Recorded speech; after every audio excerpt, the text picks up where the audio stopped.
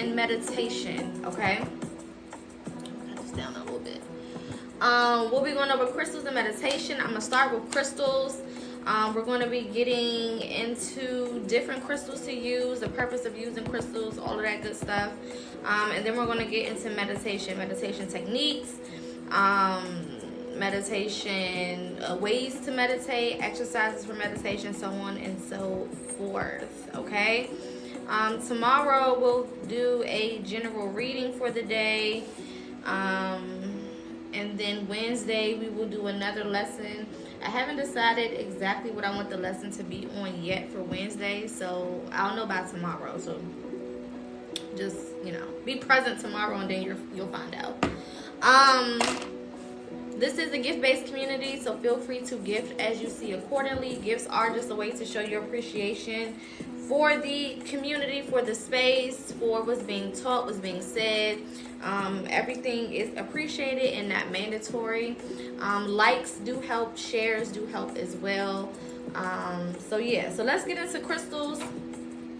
I'm starting off with crystals because crystals is a little bit more or less complex than meditation. I know with meditation, you guys going to have certain questions. So I want to make sure that I give space. Thank you for the gift. I want to make sure that I give space for questions, deeper questions when it comes to meditation. So we're going to start with crystals. I'm going to be giving you guys some crystals that you can start off with. Crystals that I think are, I'm not going to say necessarily the easiest, but the most beneficial for people who are just getting into crystals, okay? Now let's start off with what a crystal even is, right? So crystals are, I don't want to say rocks because they're not rocks. So they are forms of, we can say material, minerals, all right, that are formed over years. Thank you for the gift. In different ways. So you have some crystals that are formed underwater. You have some crystals that are formed under the earth, caves. I mean, there's just so many different places that these crystals can form, right? Crystals, all crystals hold a certain type of energy, okay, or a frequency, all right? And we use crystals based on the frequency that they hold, okay? Now, we may call it properties, okay? A crystal's properties is what we basically use to determine how or in what way we're going to be using this crystal, okay? So every crystal, everything period has properties, but we're talking about crystals today. Every crystal has certain properties, okay? Certain things that it is known for, certain energies that it possesses, certain frequencies, or certain things you can do with it because of its frequencies. Thank you for the gift. And we're going to go through that today, okay?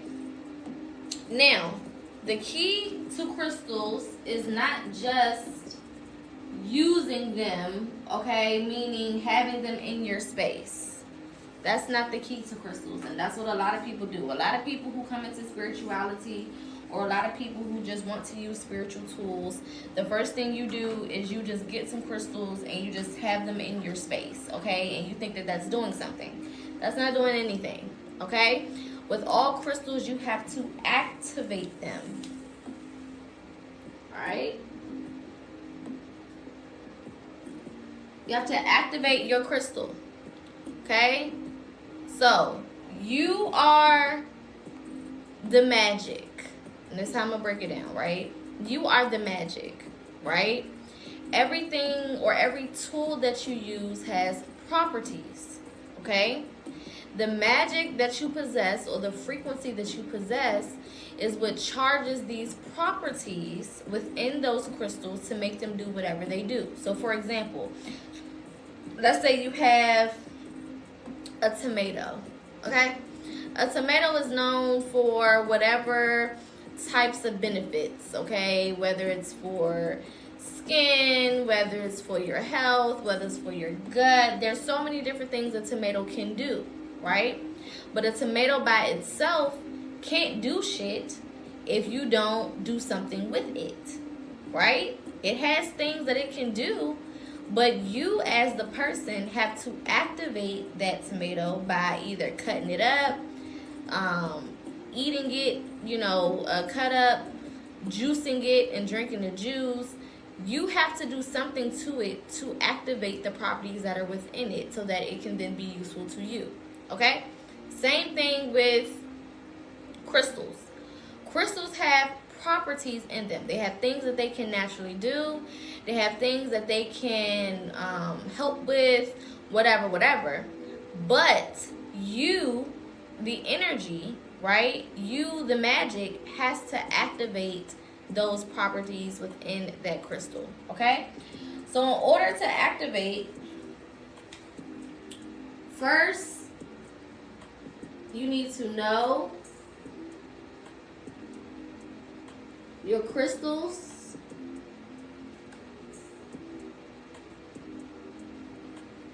properties, okay? First things first, you need to know your crystals properties. That's just that on that. If you don't know the crystals properties, then there's no way that you can activate them, right? Because we activate them using intention.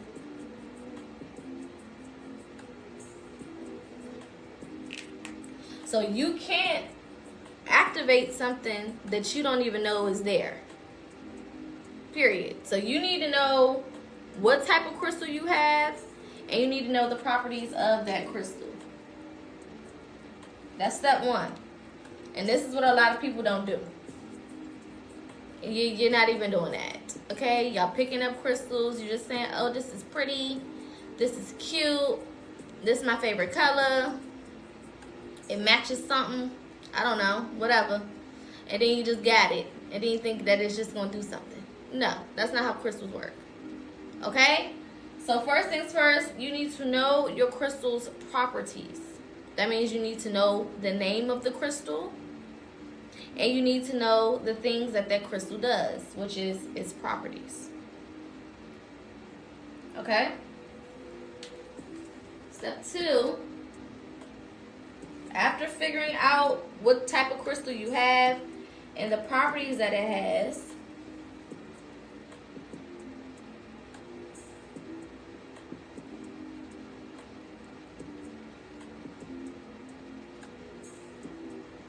you need to decide what you want. What do you want this crystal to do for you, to you, for your life, whatever, based on its properties. Okay? I just went live, babe. We just starting. Just got on here. Alright, thank you guys for the gifts. After I know what my crystal can do, I need to figure out what I want it to do. So I need to decide what I want. If it's a rose quartz, I know rose quartz helps with love, self-love, peace, things of that nature, right? So I need to figure out, okay, I know it helps with love. Do I need help with love? I know it helps with peace. Do I need peace? I need to figure out what the hell I want from this crystal. Okay? Yes, it helps with the heart chakra as well. Step 3. Activate your crystal. So now that I know what I want, now I know what type of crystal it is. Now I know what I want for the crystal. Now I'm going to activate my crystal with intentions. Okay? There's several ways to activate a crystal. You can literally talk to it. Hey, listen, this is what I want you to do, right? But you do it in the form of gratitude. So for example, let's use the rose quartz.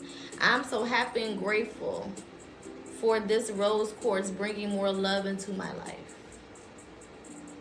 I'm so happy and grateful for this clear quartz for helping me attract more peace. Or whatever based on these properties is what you're going to say when you're activating your crystal.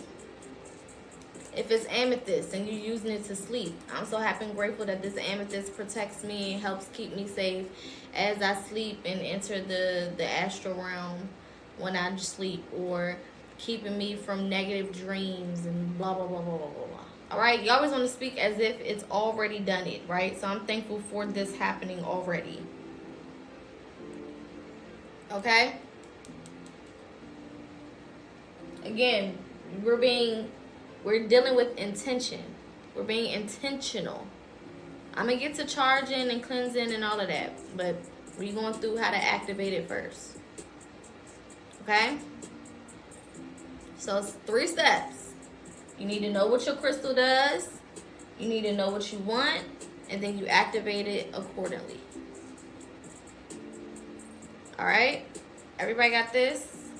I'm going to give you how to cleanse it, and then we're going to go through a couple beginner crystals. All right?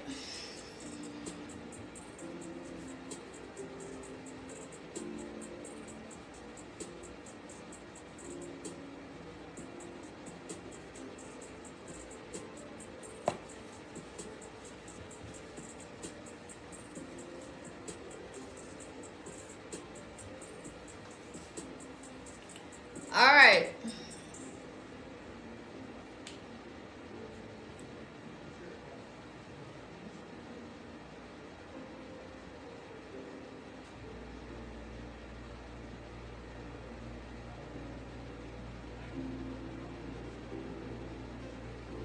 Cleansing your crystal. Did I spell that right? Anyway. Alright, there's several different ways that you can cleanse a crystal or clean a crystal, right? And when we say cleanse it or clean it, what we're saying is removing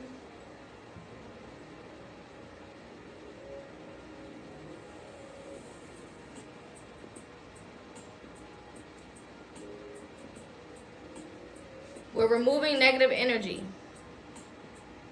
Okay? That's what cleansing a crystal means. It means that we're removing the negative energy.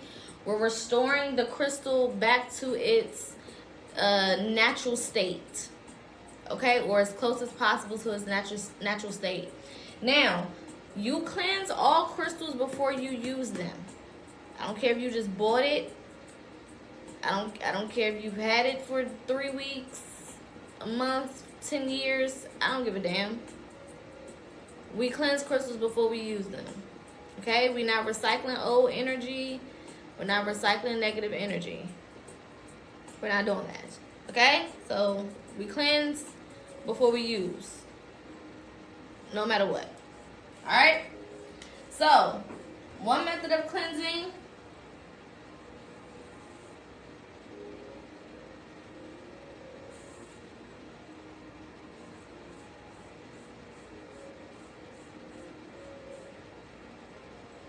You can bury your crystals in the ground.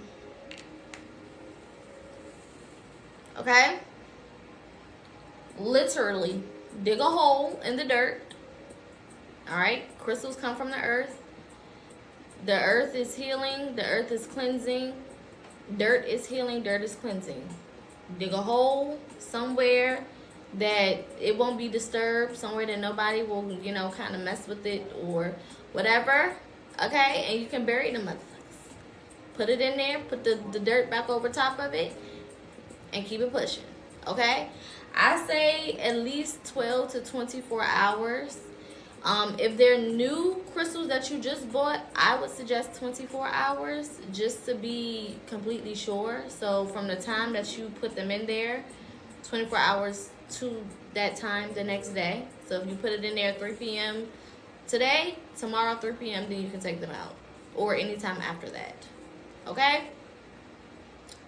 Especially if they're new. Now, if it's your crystals and you done had them for a while and you just want to cleanse them real fast before you use it again, then at least 12 hours. Okay? That'll allow enough time for it to really do what it need to do. Alright? So that's one way.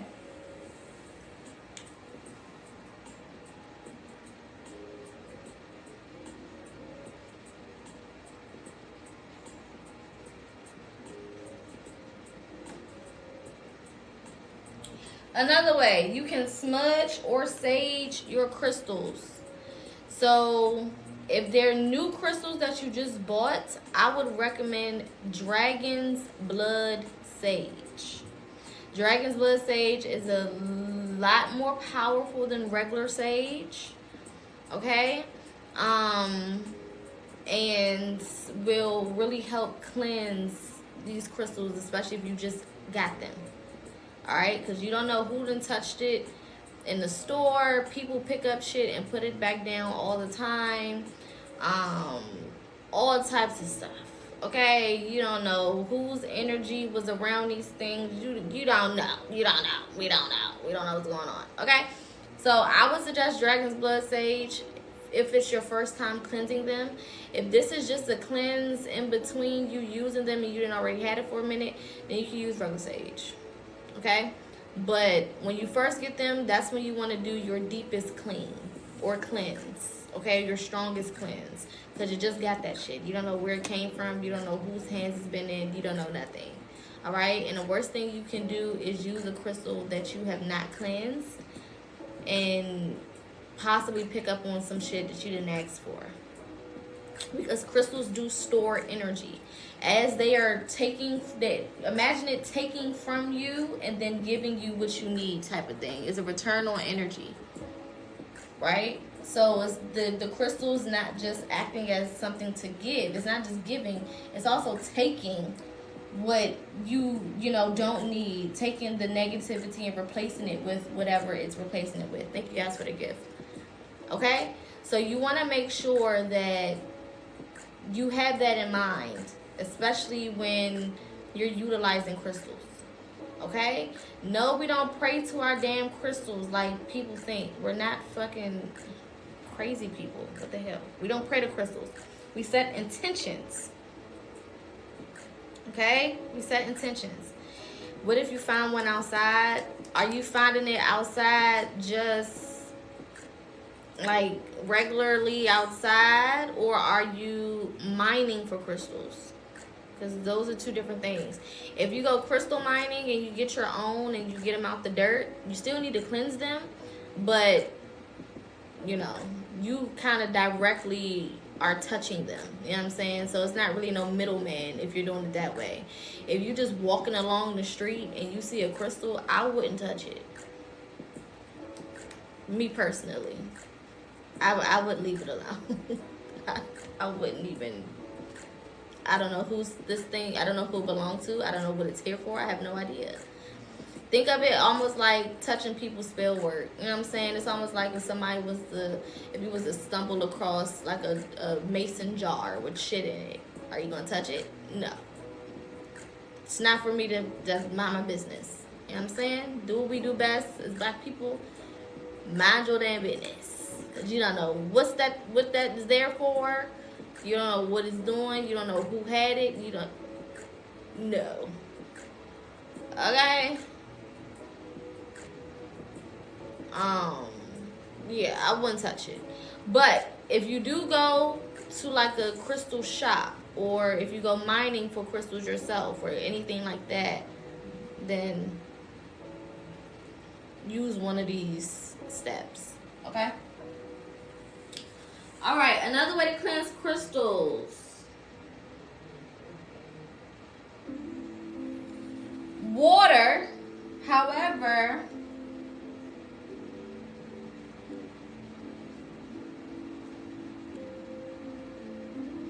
not all crystals. All crystals cannot go underwater.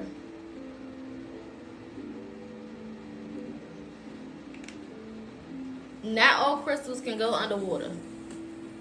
Okay? Not all crystals can go underwater. Water can damage certain crystals. Specifically selenite. Selenite will start to deteriorate in water. Okay? All crystals are not water friendly. Most are, but not all. And that's why I want to specify it. Most are, but not all. And this goes back to step 1 of what I gave you guys before. Know your crystal. You need to know your crystal. Don't just be buying shit and then just try to use it. You need to know all there is to know about that crystal. Can this crystal go in water? Okay? Another one.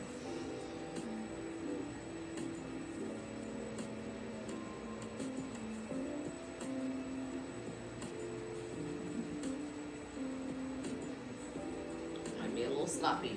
Sunlight. But not all crystals can go in sunlight. Okay?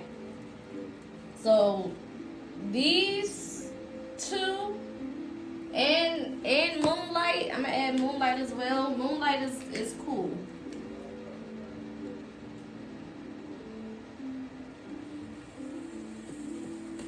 Alright? Moonlight, smudging or saging, or burying your crystals is the best way to go. Best way to go. Okay? When you get into water and when you get into sunlight, that's when you need to really, really be knowing what type of crystal you have. Because all crystals cannot go in sunlight. It will tarnish. It will F it up. Okay? Yes, salt baths are good as well. They can tarnish. They can get messed up. They can be overexposed. Okay? Also, if you're using the moonlight to cleanse your crystals, you need to be up before the sun comes up so that you can remove them from the moonlight. Again, all crystals can't do the sun. So it's not like one of them things like, I'm going to let it sit out all night and then I'll just get it when I wake up. No, that sun don't need to hit it. Okay? So you need to know your crystals. A salt bath. I'm just going to put that over here.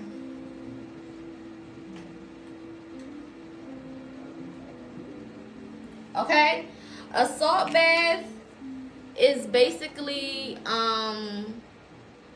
you burying your crystals, kind of the same method when we bury them in the ground, but you bury your crystals in salt. So you can use, preferably sea salt would be the best, but if you got to use regular table salt, use regular table salt. Okay? We've been using regular table salt for generations upon generations when it comes to spell work. Okay? So salt baths are usually good. Okay? Now, one of the comments said moon is for cleansing, sun is for charging. All crystals cannot charge in the sunlight. So this is why I said you can bury them, because burying the crystals can also charge it as well. Okay? Or you can use other crystals to charge that crystal. And we're going to get into crystals, specific crystals, in a second. I want to make sure that y'all have this down first. Okay? It depends. It depends. The sun don't play fair for all crystals. So you would have to research that specific crystal. Research all your crystals, period. But make sure within the research that you're doing, you're seeing if it is okay for them to be in sunlight, or if it's okay for them to be in water. Those are the two that you need to check for. Because some crystals you can put in water and you can drink the water. You know what I'm saying? Some crystals, you put that shit in water and you drink it, you might not be here long. Okay? This is what it is. Right? Some crystals you can put in your bathtub, right? In the water. While you taking a bath. Some crystals you better not do that. Okay? Alright? So everybody got this? Let me know if you got this, and then we're gonna move on to some specific crystals that you guys can start using. And these are beginner-friendly crystals. Okay, beginner-friendly crystals. Alright. So we can use crystals for healing. We can use crystals for meditation. We can use crystals for more specific things that we may want or that we may be doing, spell work. Crystals are nothing more than a tool. Okay? Yes, we do not worship crystals. We don't believe that crystals have all of the power and we're just nothing without the power. Like, no. All of that is malarkey. It's bullshit that them people made up to make us sound crazy. We don't believe in all that, okay? That don't even make sense. Because you are the energy going into the crystals. You are the energy activating the properties of the crystal. So it wouldn't make sense for you to believe that the crystal have the power. That's slow, okay? We don't believe that. Crystals are tools. The same way you use sage, the same way you use Palo Santo, the same way you use water, the same way you use fire, the same way you use earth, the same way you use whatever. It's a tool. Okay? And we use it as a tool, but we respect the tools that we're using. Okay? And we move with intent with the tools that we're using. We're not just doing anything all willy-nilly, not giving a fuck. Okay? Alright, let's move on to some specific crystals that are beginner friendly. Again, these are just going to be a few. These are not all. So, I know some of y'all got y'all favorite crystals. Don't be like, why you ain't say this one? Why you ain't say that one? We're talking about beginner friendly, standard types of crystals. Okay? If you have a favorite, cool. Let me also say this as well. Introducing certain crystals into your life can have effects, all right, that could be more than you bargained for or more than you expected. For example, I get a lot of questions about moldavite. Moldavite is one of those crystals that when you activate it, it is a very, very powerful crystal. And it is a crystal that is, the frequency of that crystal promotes rapid change and realignment. And if you are not in a place where you are ready for your life to be realigned the way that it's supposed to, not the way you want it to, but the way it's supposed to, and I suggest you leave that shit alone. All crystals do not play fair.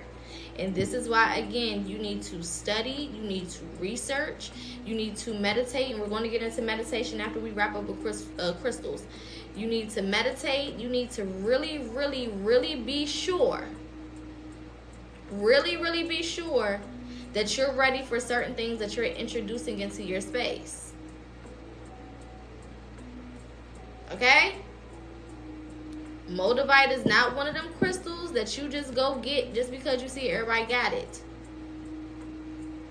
And there's other crystals that aid with shadow work as well. If, you know, I wouldn't just jump to moldavite just because it looks pretty and it sounds great. You need to be ready for these things. Just like any other thing in spirituality, you can't just jump into it. You got to be ready for it. And usually when you are ready for it, it will be led to you. You will align with it. You won't have to go search for it. You won't have to go find it. You won't have to go seek and look here and there and near and far. It's just going to show up. The shit is just going to be bloop, right there. Period. If you're really ready for it. So don't be out here, you know what I'm saying, doing all of the extras trying to find shit. Okay? Because they say if you go looking, you're going to find exactly what you're looking for. But you might not be ready to find that yet. So proceed with caution. Alright, let's get into some beginner-friendly crystals. I'm going to do some of the ones that are most talked about, most recognized, most known. And then we're going to get into some other ones. Alright?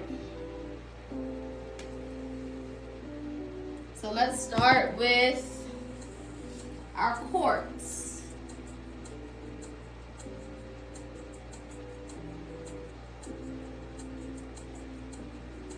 Clear quartz is numero uno. Alright? Clear quartz is a clear looking crystal. Hence its name. But I got to be specific because you say clear quartz and then people go get something that's like orange. Okay, so we're just gonna be specific just for shits and gigs here. Alright. Clear quartz is for mental clarity. Now these are the properties. Remember we were talking about properties? These are the properties that we're getting into. Emotional stability.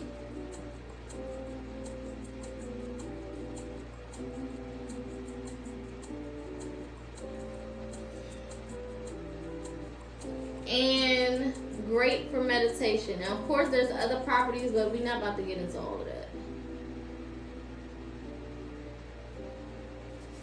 Okay? Clear quartz. It is a clear crystal. You're welcome. Clear quartz is for mental clarity, emotional stability, and great for meditation. Now these are not its only properties, but these are just the ones that we're going to focus on for today. Should you pick a crystal based only on what you want it to do? No, you can choose a crystal based on your connection with it. So if you go to a botanical shop or a spiritual shop and you see a crystal and you just feel called to that crystal, it's fine for you to get it, but you need to research it immediately, right? Especially so that you know, or you can get a sense of why you are even called to that crystal. Because if you're called to it, it's for a specific property that it possesses. So research regardless. Not saying you have to go in with the intention of I'm only going to get what I've already researched. But if you feel called to something, research immediately before you purchase it. You know, we got smartphones right there in that store. Ask them for the name of it, Google it real fast, see what it does before you purchase it, just to make sure that you are in alignment and what you're feeling is actually intuition and not just, because sometimes we can confuse our intuition for, oh, that looks really pretty and I like it and I want it. You know what I'm saying? And again, you don't want to bring the wrong crystal home. Not saying that any crystals are wrong for you necessarily, but you don't want to invite energy into your space that you're not ready for or that you have no knowledge on. So research it, look it up, you know what I'm saying, right there in the store, see if it aligns with what you're feeling, align with what you're going through, align with whatever you need at that moment. If all of those boxes are checked, then purchase it. You know, go through the cleansing ritual, and then proceed to use it however you see fit. Okay? That was a good question. Rose quartz, okay, is generally pink. All right?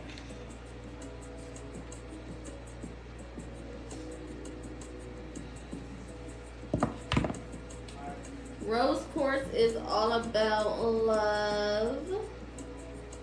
It's one of its main properties. Healing.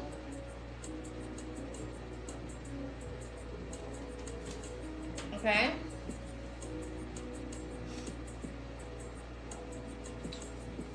Calming.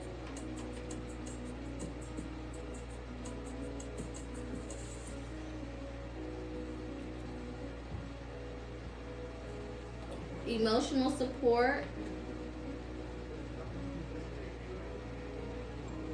You should always see that.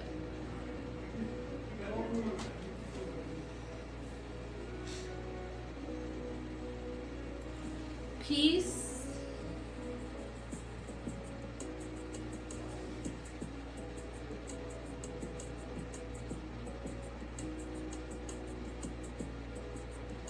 And to represent the heart chakra.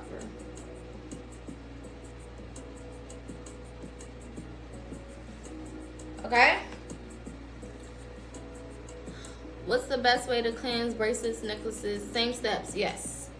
Any crystal, it don't matter if it's on a chain, if it's on copper, if it's on wire, if it's on a rubber bracelet, don't matter. Cleanse it all the same way. The gag is you can do the same thing with diamonds. Diamonds are crystals. This is Pretty much the same shit, okay? You can cleanse your diamonds if they're real, okay? Now, I don't see the point in doing it if it's like a cubic zirconia or something. But if it's real, it's a real diamond, legit, some carats, alright? You can do the same thing. Okay?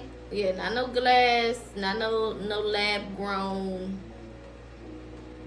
legit, okay? You can also do the same thing with copper. Copper is usually used in crystal bracelets, necklaces, things of that nature. You can bury the whole damn thing. You can, you know, I wouldn't use water with copper because it will start to tarnish faster. Even though you can clean it, all you got to do is take some pink Himalayan salt and scrub the copper, and you'll get that rustiness stuff off of it. But I just wouldn't suggest that, because who wants to do that? You know what I'm saying? So I would use smudging. I would bury it. I would use one of the other cleansing tools. All right. Rose quartz. Rose quartz is pink. Okay. It is for love, healing, calming, emotional support, peace, and the heart chakra. Okay. Smudging is saging. I don't say saging because sage means sage, right? But smudging is basically the same thing that you would do, but you don't necessarily have to use sage.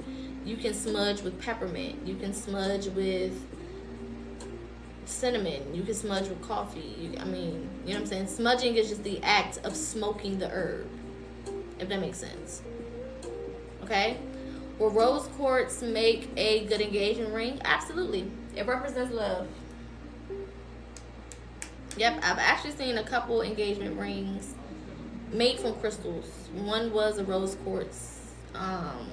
It was rose quartz in the middle, and then they had diamonds around it. It was really pretty. So yeah, it could. All right. Are we good on our quartz? Because I'm going to move on to some of our other heavy hitters. All right.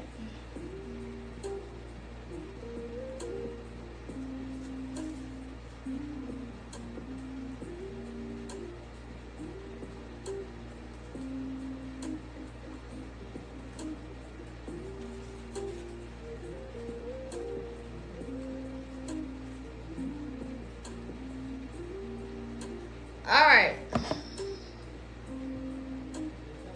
Now, this particular crystal is one of the OG triple OGs, okay? Selenite. Selenite is self-cleansing and self-charging. It is one of the only crystals to do both. Okay? It is one of the only crystals to do both. It self-cleanses, it self-charges, and it can also charge and cleanse other crystals. Alright? So selenite, it's cool for you to bury or cleanse selenite. You can definitely do that. However, you don't necessarily have to when it comes to this specific crystal. Because of the energy or the frequency that it possesses, it does the work for you. So I like to keep selenite around wherever I have spiritual shit going on. Whether it's around my tarot cards, whether it's on my altar, whether it's around my other crystals, there's selenite all over the place. I keep selenite everywhere, every corner of my house. Literally, if there's a corner, there's a piece of selenite there, as well as black tourmaline, but we haven't gone through black tourmaline yet. But I keep selenite everywhere. Selenite does not go in water. It will literally start to evaporate, almost like if you took some salt and you put the salt in some water, it will start to, fall apart. Yes. Selenite does not touch water at all. Okay? But you can bury it, you can smudge it, you can do all of the other stuff. Selenite can go into the sun. I just wouldn't keep it there long. Moonlight is good for selenite as well. But if you don't feel like charging your crystals, let's say you can't necessarily bury them right now, or you don't have any sage or whatever, put a stick of selenite over top of the crystal that you're trying to cleanse or whatever, right? Remember, we're always intentional. So you'll basically put the crystal, let's say this is your crystal, you put it on top, this is selenite, and you say, I'm so happy and grateful that this selenite is cleansing or charging or doing whatever to this crystal so that I can use it for blah, blah, blah, blah, blah, blah. All right, we always move with intentions. With everything that we do, we're intentional, okay? With everything, all right? Selenite is a whitish crystal, and it resembles salt. So it literally looks like a little salt stick. Okay? I'm new to this, just bought a piece of moldavite but have no idea what to do with it. Then I suggest you leave it alone for right now.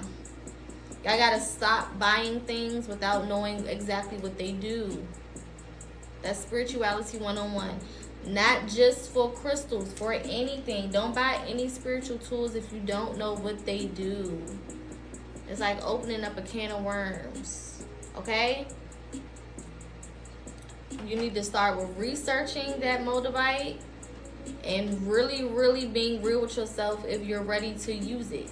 Because sometimes you can just bring it in your space and it'll start doing certain things. You know what I'm saying? I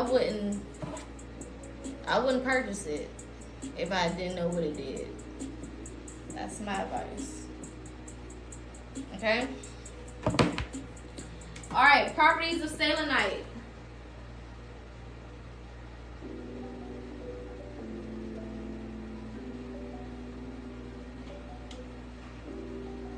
It clears blocked energy.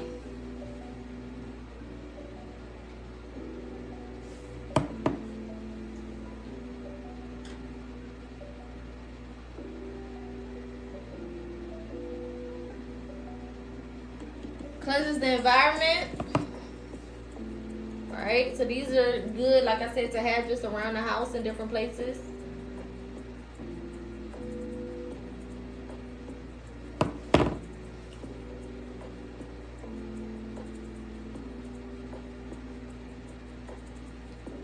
It helps with intuition.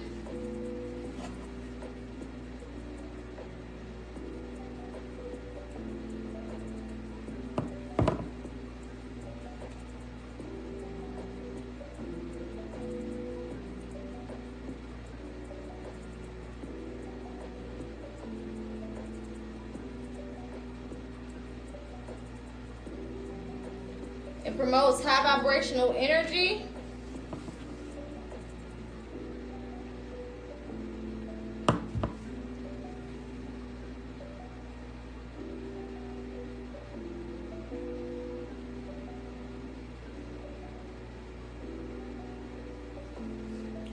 Promotes peace and calmness. Okay? Promotes peace and calmness. How long ago did you start? Majority. You're amazing at this. Almost 8 years now for crystals. Selenite can help with protection. Yes. I'll add that as well, actually. I wouldn't necessarily deem it a protection crystal, but it does have protective properties when it comes to cleansing the environment, promoting high vibrational energy, promoting peace, and clearing blocked energy. So in a way, yes, protection can be grouped into that, but I wouldn't necessarily deem selenite a protection crystal. Okay?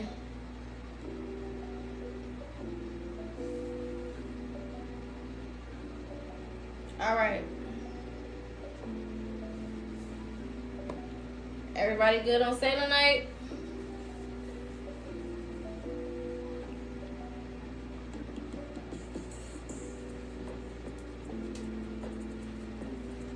All right. Let's move on.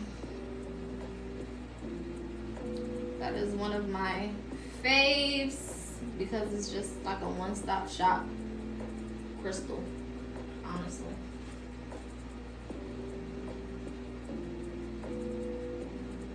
Now, real quick, in the event that any of your crystals break, or if you have a crystal necklace or something, bracelet, and it breaks, that is a sign that you no longer need that specific crystal. Do not use any of the pieces that broke. Don't go using it and trying to repurpose it. If it broke, it broke. Okay? If the bracelet popped, it popped. If the necklace fell off, it fell off. Okay? Sometimes when the energy is too heavy or it has collected a lot of negativity on your behalf, that is his way of kind of separating with you. Because it's difficult sometimes to tell when you're done with the crystal. All crystals shouldn't be kept forever, right? So certain crystals, once they serve their purpose, it's time to go ahead and let that one go. And you can purchase another one that's just like it. So if you have a rose quartz and it breaks, you can go purchase another rose quartz. But that specific one that broke, its time is up. It did what it needed to do. Okay? So you can bury it. You can, I've seen some people turn it into they take resin and make it like I wouldn't even suggest that, because depending on what that crystal has done, you don't really want that energy around you. I would just suggest burying the pieces. Bury the pieces, honestly. Yeah. Or sometimes they disappear. I see some people saying that in the comments. Yes, it will disappear. You will be looking for it and you won't find it. Okay? That's another sign. Let the shit go. Okay? Let it go. Alright? Yeah, that's what I was going to say. Some people use it as decor. They'll take resin and turn it into a cup holder, or a thing that you put on a coaster, or some people made little table things. Little ashtrays, shit like that. I wouldn't suggest that because you don't know necessarily how much negativity that crystal has accumulated, and you don't want to then repurpose it and put your cup on it, because then you're charging whatever you're drinking with that crystal, and then you're drinking it. That defeats the whole purpose. So I would just say bury it, just to be cool with it and let it go. Okay? That happened to me once, and I tore up the house, looked for it everywhere, even the trash. Yeah, you don't need to look for it. It's done. It's gone. Even if you just purchase something, you can just purchase a bracelet and then it breaks within the first 5 minutes. Babe, it's broke. You know what I'm saying? Leave it alone. All right? I don't care how quickly it breaks after you got it. I don't give a damn. Okay? Bury it somewhere. All right.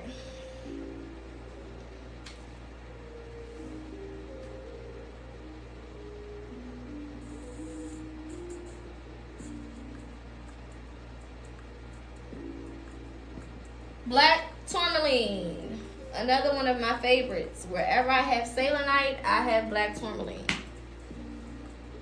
Them two they just go together real bad in my head, and they just work really, really well together. Okay? Obviously, black tourmaline is a black crystal. Obviously. Alright, it's in the name. Black tourmaline is known for protection,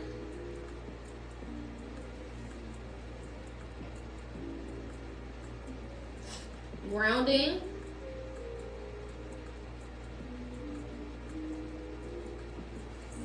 1 second. I'm gonna get to y'all questions in a second. It enhances motivation.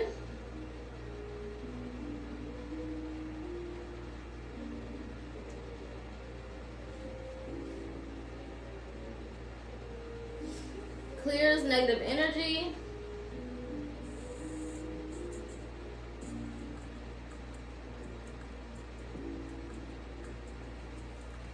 And one of my favorite things that it does is it blocks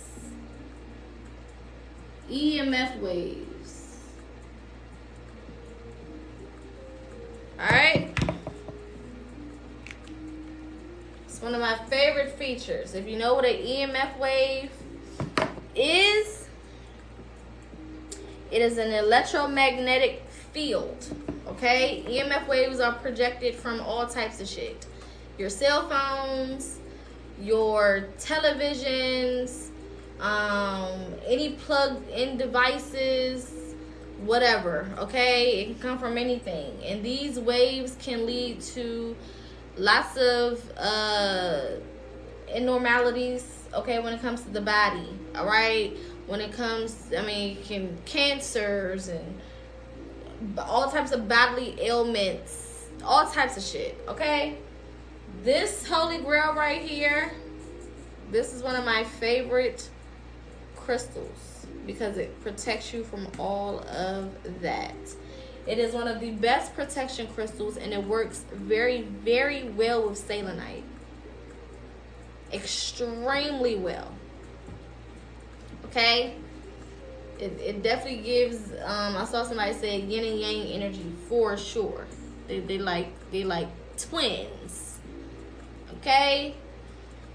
But it helps with protection, grounding. It enhances your motivation. Alright? So you want to get shit done, you keep that on you. Clears negative energy, and it blocks EMF waves. All these crystals do more than what I'm writing, but I'm just giving y'all the basics of what you need to know about these crystals. Okay? It is one of my favorite protection crystals. Alright? I sleep with certain crystals. I always sleep with selenite, and I always have black tourmaline in my bed. Somewhere near my head, somewhere. Period. Okay? Selenite's usually under my pillow. I don't even play like that. You know what I'm saying? I don't even too much play like that. Alright? An amazing crystal black tourmaline is. Alright.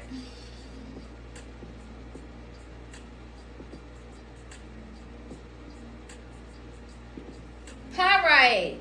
Another one of my faves. Pyrite is usually silver or metallic. Okay, pyrite is usually shimmery looking. It looks like it's shimmery. Yes, they call it fool's gold. Yes, it's really, really pretty. Okay, it's super pretty. So you can have a silver pyrite, or sometimes they are gold looking, sometimes they are bronze looking. It just depends on the type of pyrite that you have. Okay? Pyrite, just like quartz, comes in a lot of different shades. And those different shades also have different properties. Remember, colors have properties too. I don't know if y'all know that or not. But colors have properties. Red has properties. Blue has properties. Green has properties. Yellow. So on and so forth. So not only do these crystals have individual properties based on their frequency, but also based on the colors that they are. Okay? We went over cleansing and recharging your crystals. So subscribe to the YouTube so that you can watch this video from the beginning, and you'll see me go back in detail. Okay? But to recap, you can bury your crystals. You can smudge them with sage. You can use water if those crystals are able to be in water. You can use sunlight if those crystals are able to be in sunlight. All crystals don't go in water. All crystals don't go in the sun. You can use moonlight. Moonlight is fine. You can also do a salt bath where you bury the crystals in salt. Alright. Pyrite is also a good protection crystal.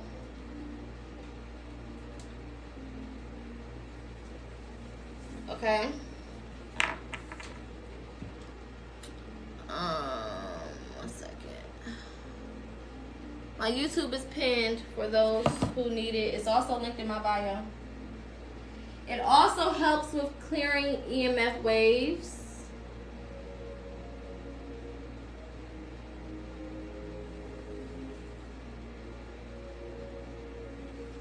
It helps to stop toxic patterns.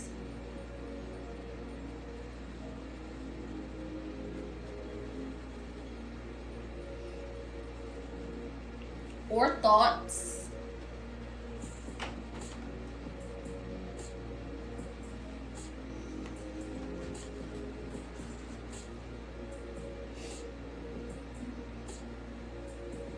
Helps to clear toxic environments.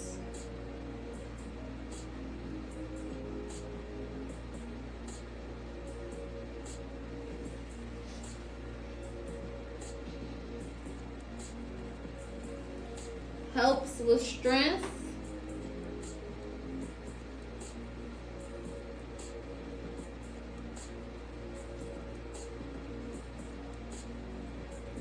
And stamina.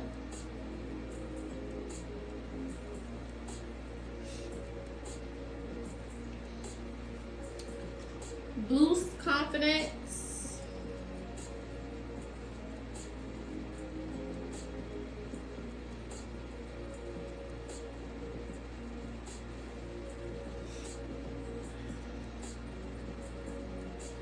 And helps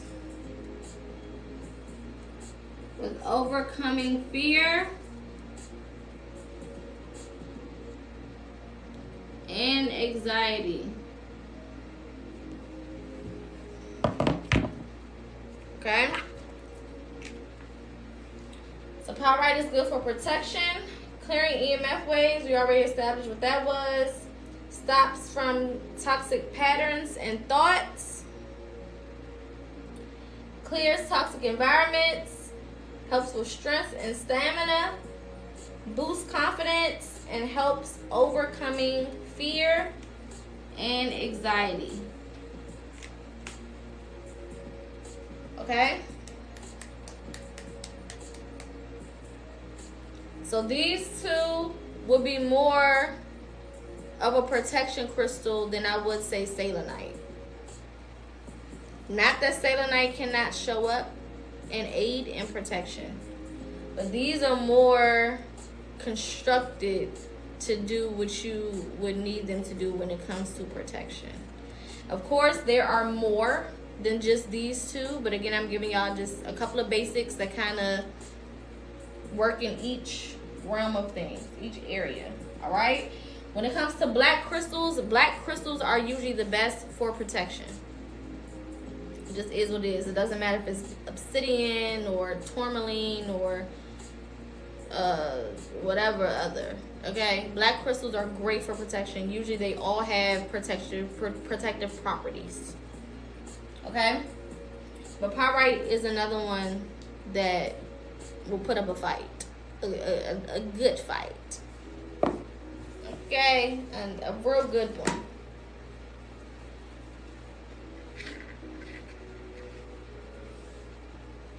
All right. We got one more after this. Seems like everybody's favorite. One of everybody's favorite, I guess.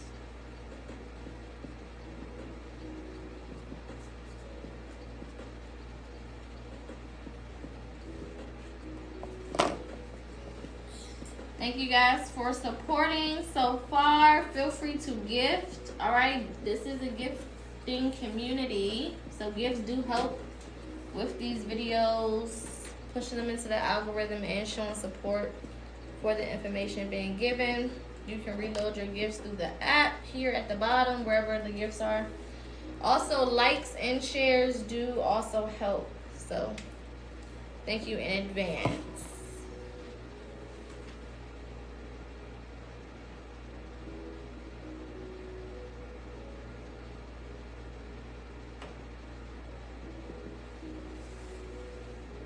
Thank you, thank you.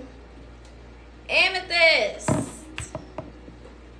Amethyst is one of everybody's favorites. I feel like rose quartz and amethyst are usually the go-tos for pretty much everybody. Okay? Now, there are different color amethysts, but we're going to be talking about specifically the standard purple one. Purple amethyst. All right, again, there's other colors, there's other kinds, there's other shit, right? But we're going to be talking about the purple one today. All right, now amethyst increases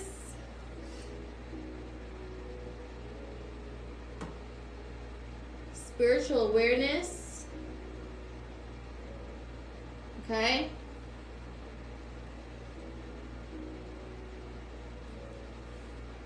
It helps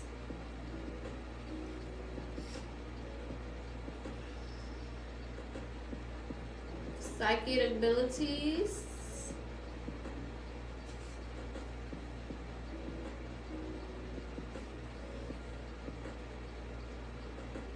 Helps with communication.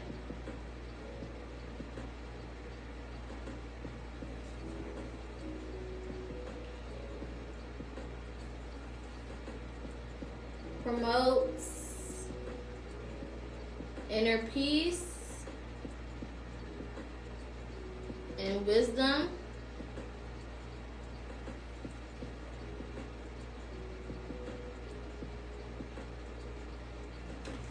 And it assists with dreams or nightmares.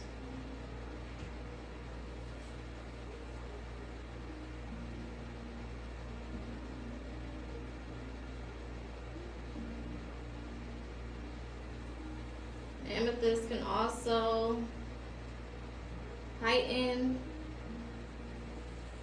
intuition.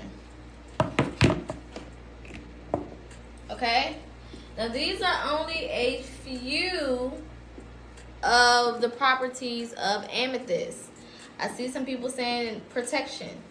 Yes, but amethyst is not known for being a protective crystal. All right, unless you're talking about the astral realm.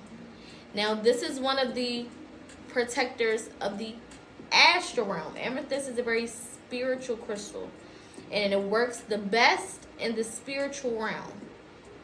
Okay, so we're talking about spiritual protection. I'm gonna say astral protection.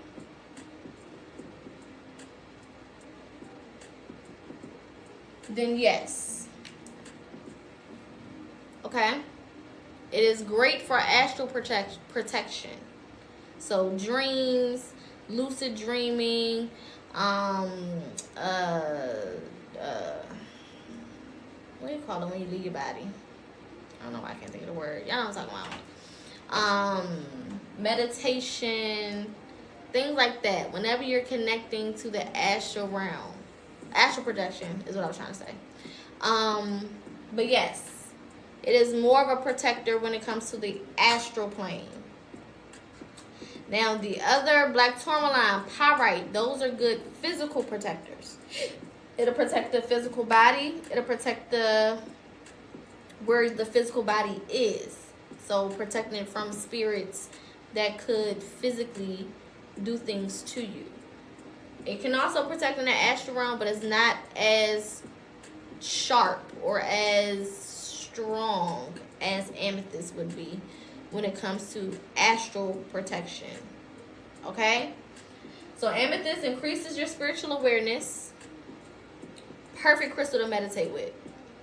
I don't think there's a better crystal for meditation purposes than amethyst. Amethyst is definitely sitting at the top. Okay? Helps with your psychic abilities. If you're somebody who has psychic abilities, if you have any of the clairs, clairaudient, clairsentient, any of the other ones, okay? This is a perfect crystal, okay? Helps with communication. Not only communicating here physically in the physical realm, but also communicating with spirits. Communicating through meditation, okay? Promotes inner peace and wisdom, okay? It helps with inner peace, helping you feel more calm. This is a great crystal for those who overthink or for those who have anxiety, okay? Assist with dreams or nightmares, okay? So amethyst can help you get deeper into the dream space, the astral realm, and it can also protect you from having negative experiences while in the astral realm. So you can use amethyst while pulling cards, yes. But just like certain crystals aren't for everybody, pulling cards is not for everybody. And I might have to do a separate live on that because there's a lot of people who are using cards and you're opening up realms that you don't know how to get out of or how to control if you needed to. Okay? All spiritual tools are not for everybody. Cards are a spiritual tool and it's not for everybody. Okay? Especially if you don't even have no relationship with your ancestors. That's your protection. And you can't pull cards without no protection because where are you getting the messages from? The messages have to come from somewhere. And you can't determine where those messages are coming from if you don't have the right team around you. Because all spirits don't have your best interests at heart. So you could be pulling messages from somebody, from a spirit who really don't fuck with you like that. And they leading you down the wrong path and you think is accurate. Okay? Y'all have to treat spirituality like a prized possession, like a baby. You can't just do anything. You can't just pick up anything. Everybody not supposed to be out here trying to do root work. Everybody not supposed to be out here trying to fuck around with herbs. Everybody not supposed to be out here trying to mess around with fire or air spells or water spells. Everybody's not supposed to be trying to fuck around with cards. This is not a free-for-all. Okay? This is why you start with shadow work. Before you get into any of this, you start with shadow work. That way you know who you are the further you get deeper into all of this. Okay? Because it's a lot that goes on. And you can open a door and it will quickly take you somewhere else that you didn't expect to go. And that ain't good for you to go. Okay? So don't be so quick to just pick up and do shit just because you see other people doing it. This is what has been giving spirituality a bad rep. Because you got a lot of people out here doing shit that they're not even gifted or aligned to do. And they just out here pulling cards and telling people shit and leading people down paths of destruction. While they are already on their own path of damn destruction. Okay, that's why I say y'all be careful who lives y'all be sitting in that's pulling cards.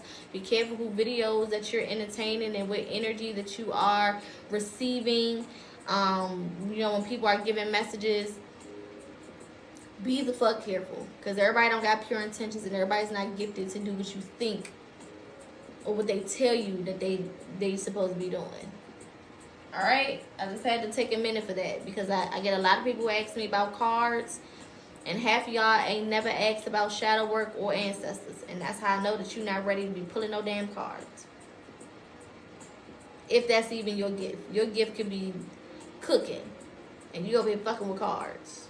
You know what I'm saying? Like, a lot of times people think that when you get into spirituality, you have to be doing something quote-unquote spiritual. So I gotta fuck with cards. I gotta do readings. I gotta do consultations. I gotta make jewelry. I gotta do this and I gotta do that. You don't have to do none of that. If it's not in your journey for you to do, then you don't have to do that. You can be just as spiritual cooking.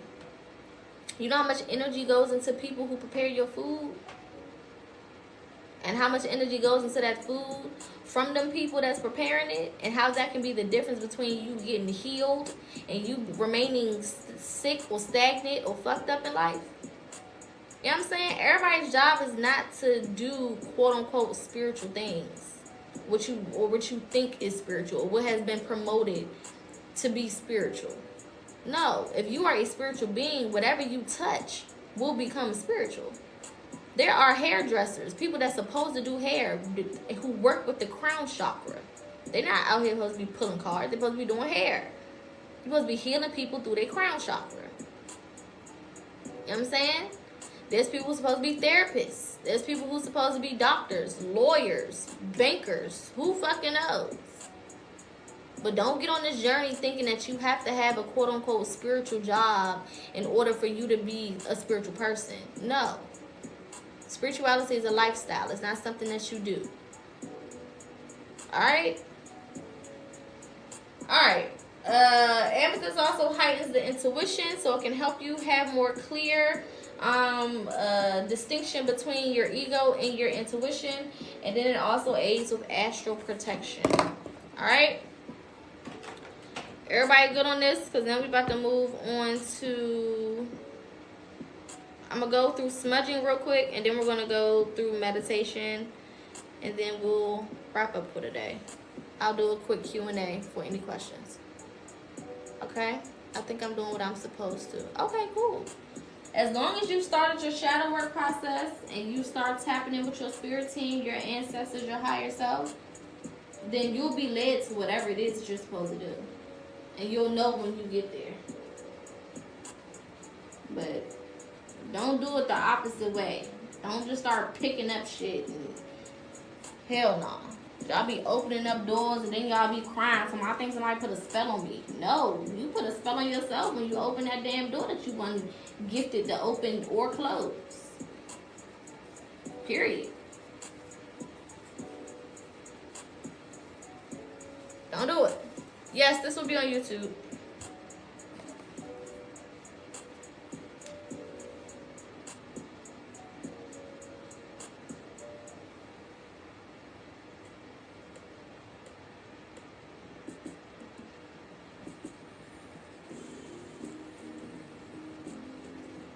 Alright, smudging. Thank you so much. Alright. Smudging is a way to cleanse or purify a space. Okay? There are different herbs that you can smudge, and I'm using, all of this is in my Melanated Guide to Healing. I have a Melanated Guide to Healing book that's on my website. The ebook I think is like $8, and then if you want the physical book, because it is exercises and spaces to write and shit like that, you can purchase that as well through Amazon. But this is where all of this information is, okay? And I'm just reading it off of that ebook, all right? So if you're interested in it, you can go to my website. It's linked in my bio. And you can purchase this ebook. This is a great starter book for those who are new to spirituality or those who are getting more seriously established in their journey. All right? First one we're going to talk about is white sage. Okay? The Melanated Guide to Healing. Alright? White sage is known for physical and spiritual healing. You're welcome, babe. It is used for protection.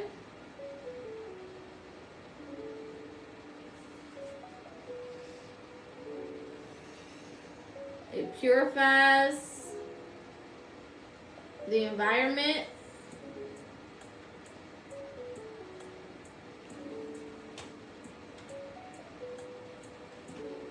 Promotes healing.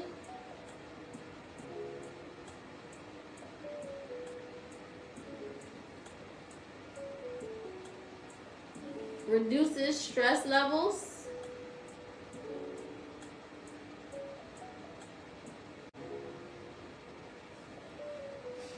And promotes better sleep.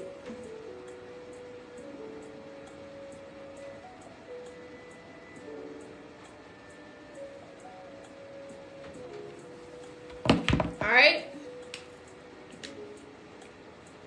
So, white sage is healing on both the physical and the spiritual plane. Alright, it's helpful to both. Okay, especially when it comes to purifying the environment. Breathing in white sage can literally help heal you from the inside out. Okay, literally. All right, and again, on the physical and a spiritual level. All right, it also helps with protection. Right, that's usually what you see people using it for, to protect their space or to cleanse the space. All right, it promotes healing, it reduces stress levels, and it promotes better sleep. I'm also going to write cleanses negative energy.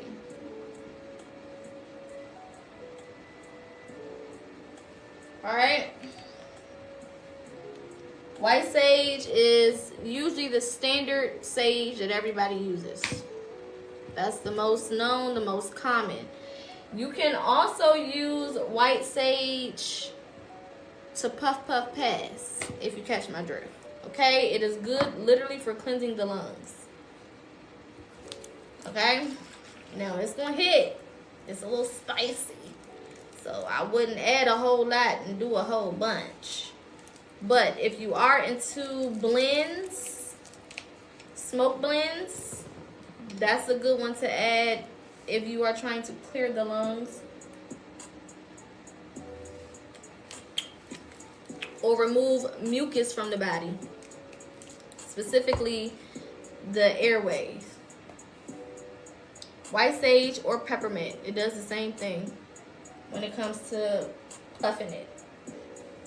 All right, now if you do use it in a puffing blend, try to get herbal white sage. So the white sage that some people will use for teas, like loose tea type of stuff, get it that way if you're going to use it.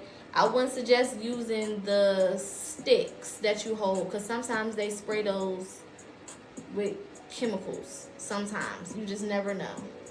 So if you do want to add it to actually use it to ingest it orally or to smoke it, get the loose tea version of white sage. That's just a little FYI. All right, next type of sage we have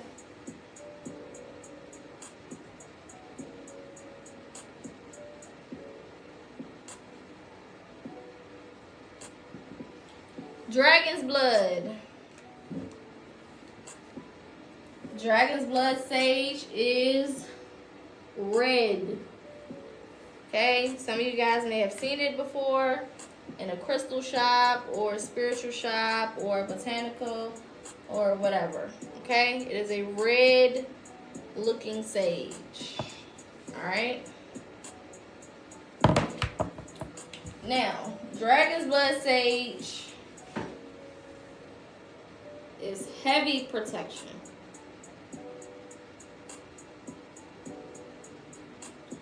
I like using dragon's blood sage in any new environment. So let's say I move to a new apartment or a new house, I usually go through with dragon's blood sage.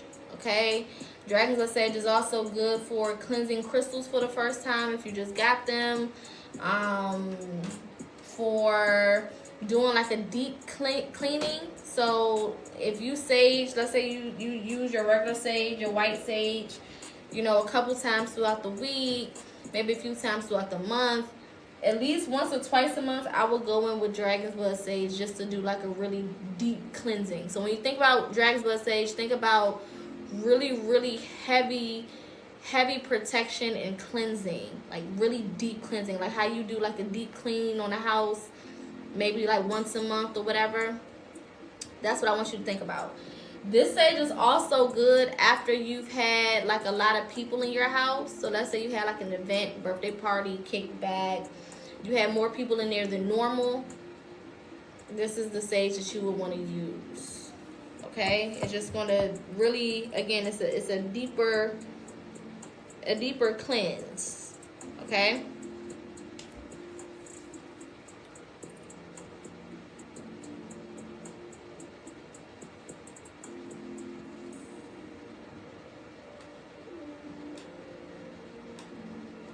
It can amplify spiritual abilities.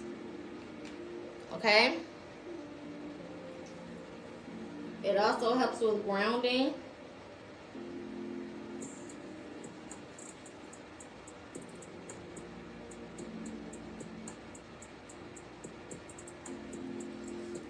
As well as clearing negative energies.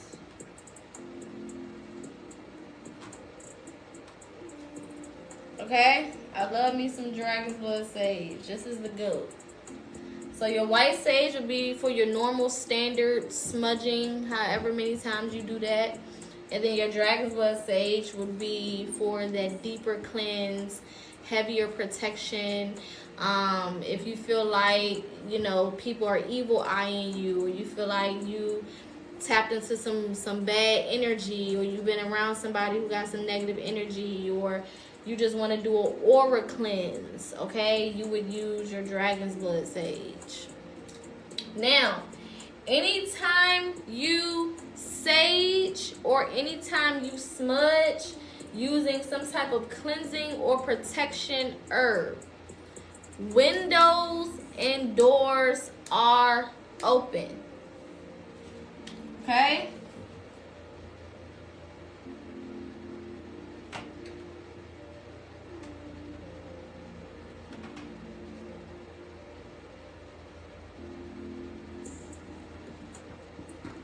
This is very important to remember. You never use any of these without windows and doors being open. That's a no, no, no, no, no. The reason why we do that is because energy has to have somewhere to go. Energy cannot be destroyed. So if there is negative energy, 555, as I'm saying this, if there's negative energy that you're cleansing out, where is it going? You don't want it to run from one room to the other. That doesn't help, right? So when you have this, when you smudge, right? Let's say these are the things that's in your house. I don't know. Little stuff on the table, flowers or something. I don't know, whatever. Okay, that's your house. There's a door, whatever. That's your house. Okay. When you smudge or sage, it's going to emit smoke. Okay? Let's say this is your window. Your window needs to be open. This door needs to be open. Alright? Can you do one room at a time with the window open, then close when it's done? No. All of it needs to be open. You always start from the top of the house. If you have a story house, you start from the top and the furthest room in the back. Okay? And you start there. And then you move towards the steps. Then you go and do all of that. and then you move. If you got a basement, you go to the basement, and then you go towards the door, so that everything is following your ass out. You don't want to smudge coming in. You want to smudge going out. If you got an apartment, wherever your room is, you start in that room or whatever the furthest part of the house is. You keep the doors open. Keep the windows open. If you have an apartment door, then it may be hard for you to keep the door open. At least keep it cracked, if you can. But the windows got to be open. All the way open. Not like a crack. All the way open. And you want to smudge to the point where it's smoky in that motherfucker. Okay? You want all of the doors in the house open. That's closet doors. That's bathroom doors. There should be nothing that is closed.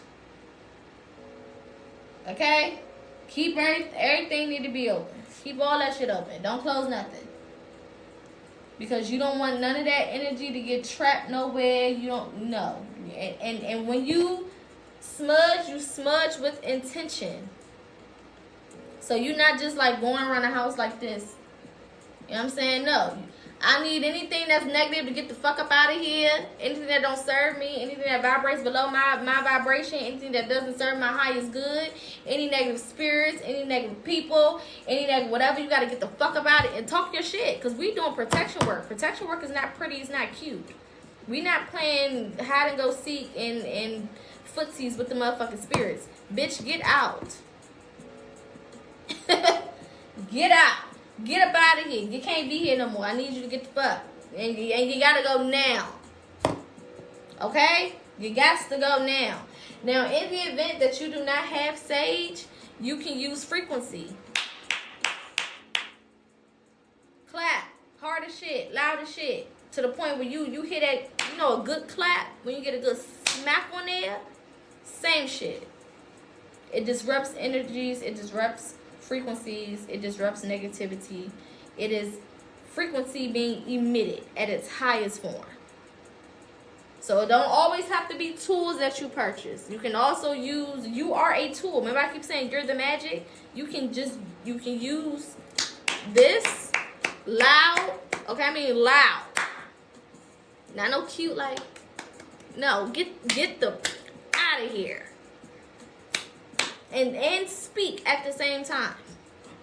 Doesn't matter if it's day or night as far as windows and doors being open. The best time to do it is during the day. Okay? There's a reason why our grandparents didn't believe in doing all that shit outside at night, because spirits wander at night. And you basically look like a beacon. You look like a lighthouse. Okay? So, no. Anytime you're doing cleansing work of the house, you want to do that shit during the day. So you can take advantage of that sunlight. Because the sun kills. It neutralizes. I'm going to say it like that. So you want to do it during the day. Get it all done. Get it all out. Okay? The only thing I would suggest doing at night is if you're doing like spell work. Like if you're doing a protection ritual, you can do that at night. If you're doing, you know, anything like that, that's fine for the nighttime. But when you're doing cleansing work, you always do cleansing during the day. That's why we was woken up at 7 and 8 o'clock a.m. on a Saturday when Mama was ready to clean that house. You didn't do that shit at night. You take advantage of that sunlight. Get your ass up. It's 8:30 a.m. and we got the whole house to do. We are spiritual beings. We've been moving, you know, with these ideas, but we didn't necessarily have the background knowledge of why we were doing certain things, right? But it's a reason why we would cleanse and clean up and do the things that we needed to do early in the day. Okay?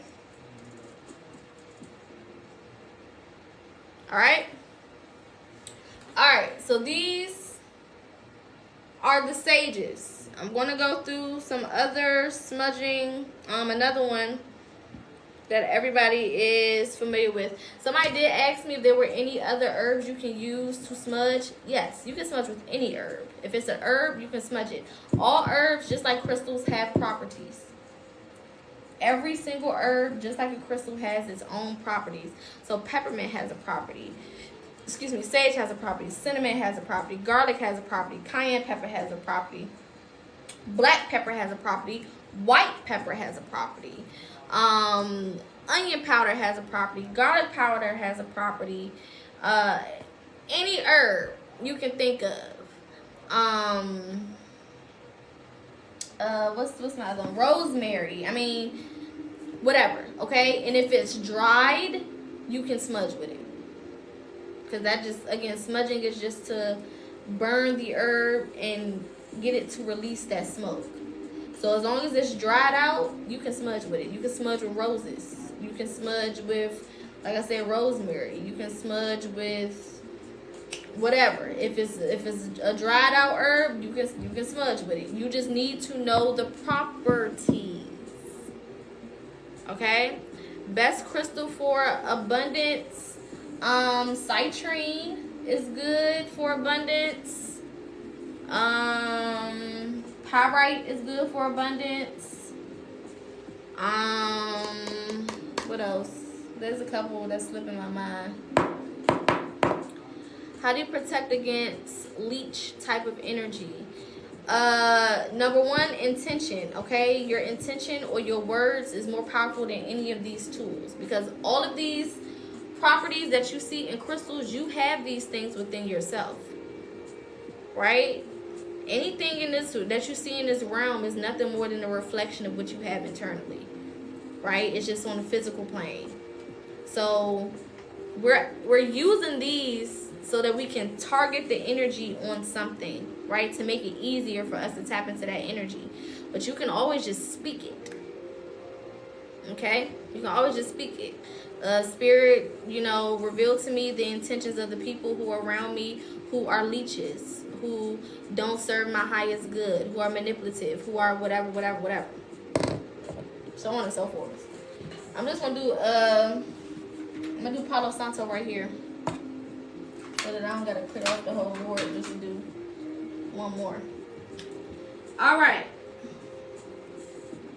Palo Santo. All right. Now, Palo is what I would call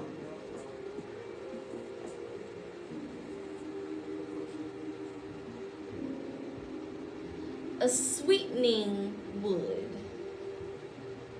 Need another end right here. Okay? We call it a sweetening wood because it does the opposite of what our protection smudges do. Okay? So we would use our sage to cleanse, to purify, to remove all the toxic, to basically set the tone, to get us back to a more balanced position, right? And we do that with the windows and the doors open. When you use Palo Santo, you close the windows and the doors because this energy you want to settle in. You don't want that energy to just leave. Thank you for the gifts. You want this energy to settle into your space. Okay? So after you sage, after you do all of that, and all of the smoke clears, okay, usually it takes about 10-15 minutes, depending on how much you smudged, for all the smoke to clear. Then you close your windows and your doors, and you use your Palo Santo. Okay? Now,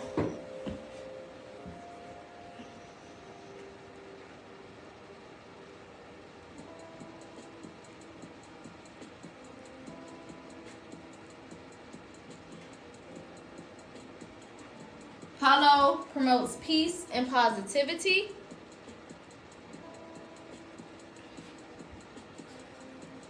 It can also purify the air. And this is on a physical level. So health-wise. It can reduce cold and flu.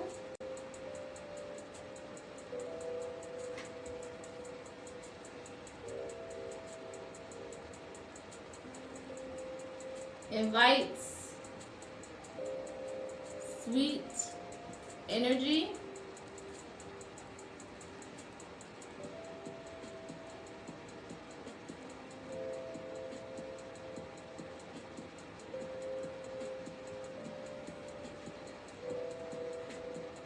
Invite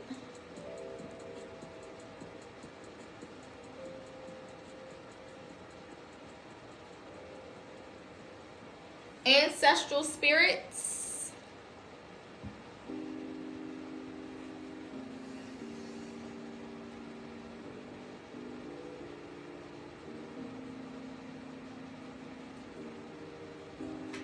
It can soothe emotional pain.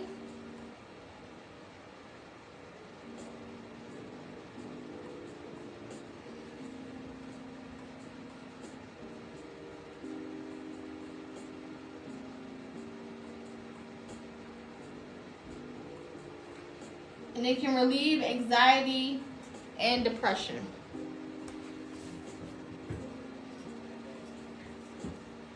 Okay?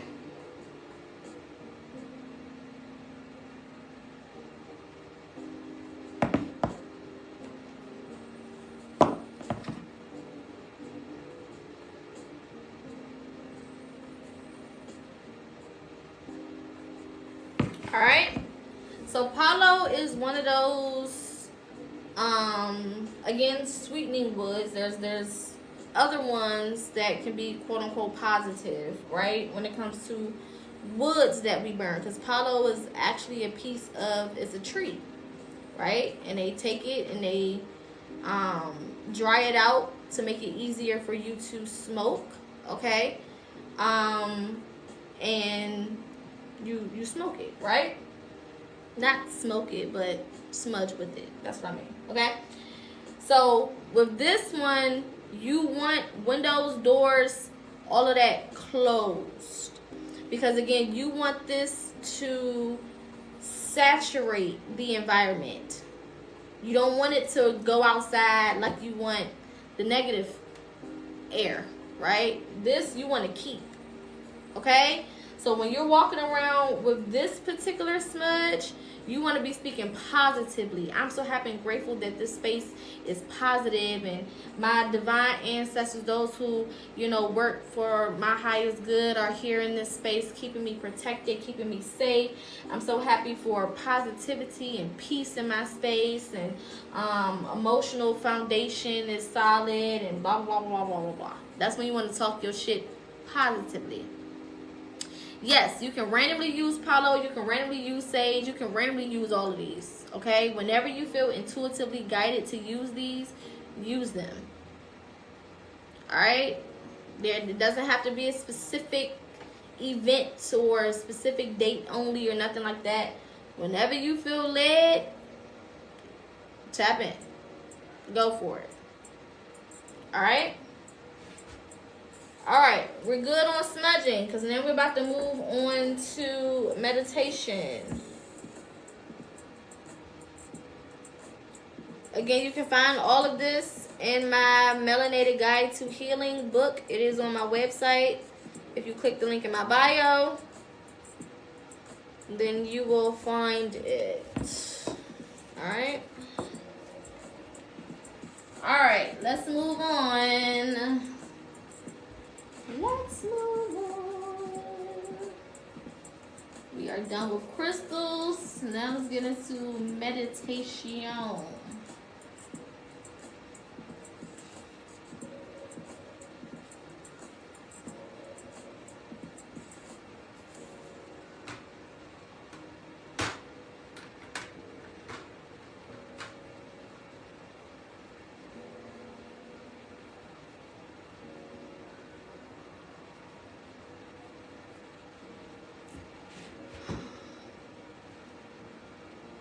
Yes, exactly. So if you're ever instructed or you just feel the intuitive inkling to cleanse your space, to use any of these tools, definitely go for it, because it's for a reason.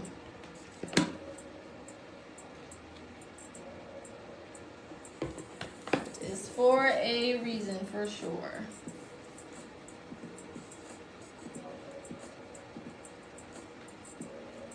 Now, what that reason might be can come through meditation. So we're about to get into meditation and break that down. I know this is one of the areas that a lot of you guys struggle with or just have not learned how to properly execute. So we're going to get into this for today. It's about time. Now, I do assist with all of these processes. 101, for those who are interested, I do have mentorships that go over all of these processes where I can help you more directly. For those who are interested, I currently do have a sale on my website. If you purchase $50 for a healing service or a mentorship, a reading, or any of those things, you get 20% off of an additional healing service. The promo code is PocaHonest, just like in my name. And put that in at checkout, and it will calculate the discount for you. All right.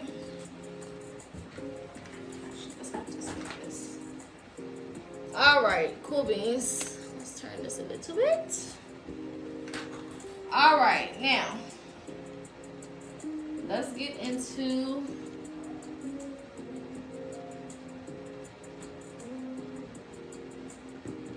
meditation.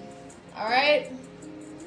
Thank you guys for supporting. Thank you to all of the people who have gifted. If you do want to gift, it definitely helps with pushing this video in the algorithm and helping it reach more people. So definitely feel free to contribute. All right.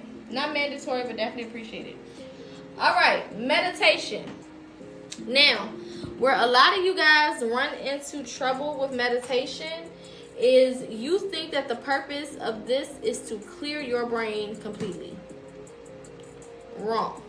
It's not the purpose. Okay? Meditation is not about having a clear head. It is impossible for you to have a clear head. It's never going to happen.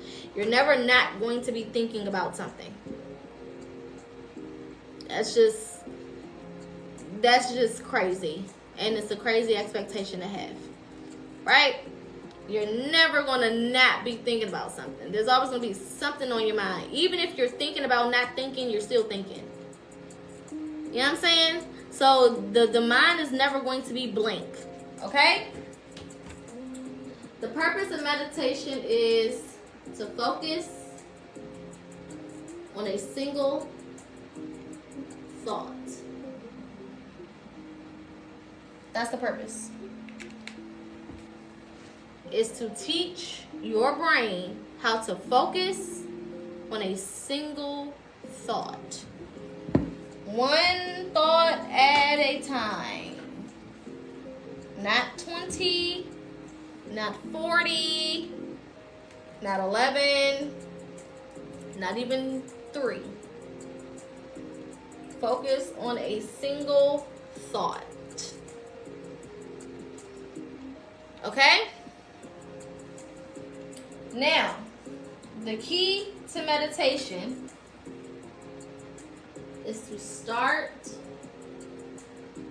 with small times.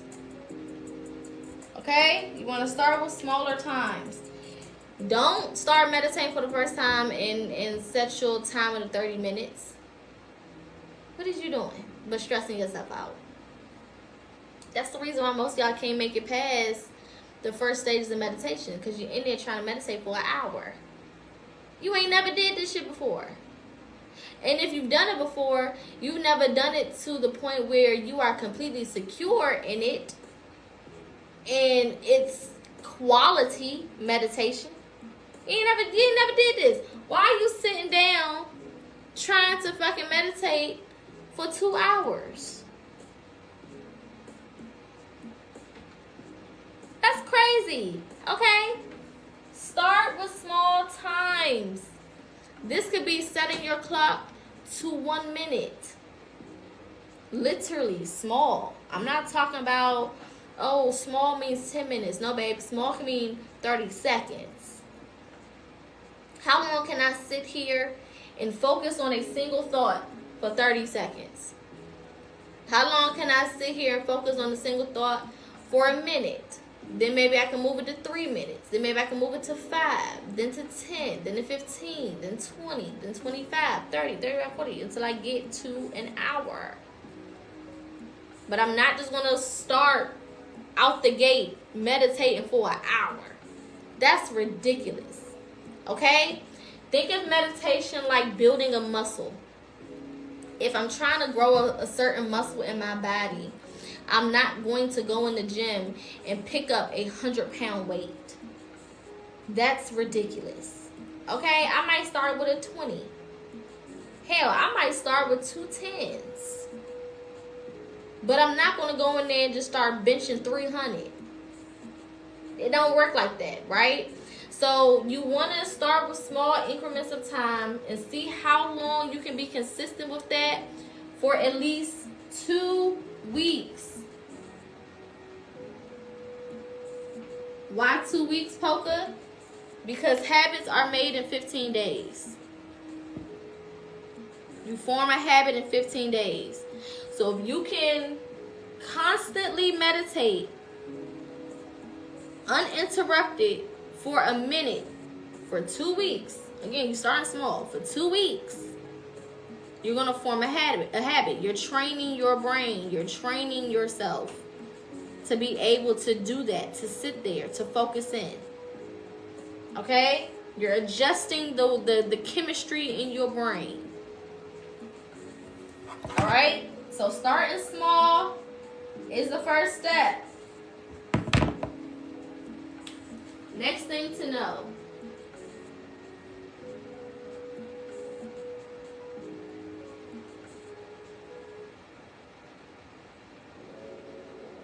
Your environment is everything. Your environment is everything. That's damn near half the battle. Half the battle is environment. You cannot meditate anywhere. Period. Environment is everything. Setting up a space is everything. Consistency is everything. So you don't need to meditate one day in the sun, and then the next day in the dark room, and then the next day with music, and then the next day without music, and then the next day like this, and then the next day like that. You need to have some type of consistent routine, especially when you're first starting out. Thank you for the gift.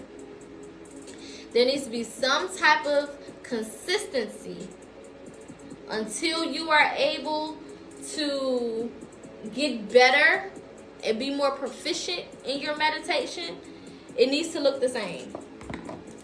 It needs to be, if you're going to start with music, then you need to use music for 2 weeks. If you're going to start with silence, then you need to be in silence for 2 weeks. However you start, you need to keep that up for them first 2 weeks.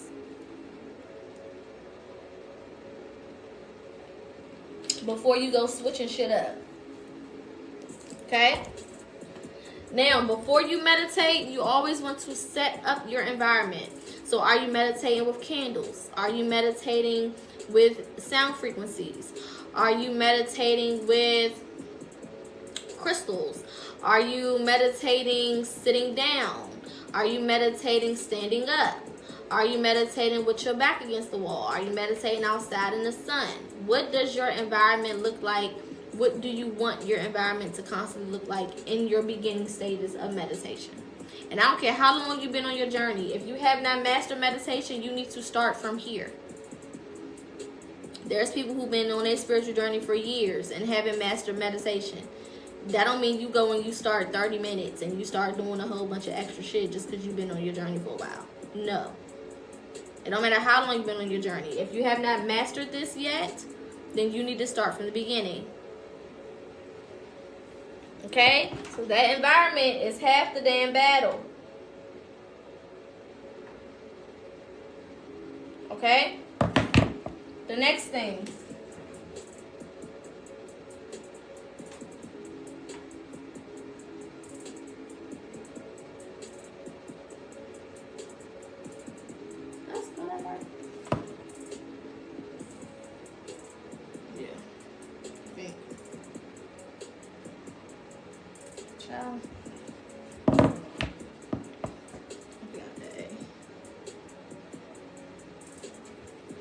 creating a focal point.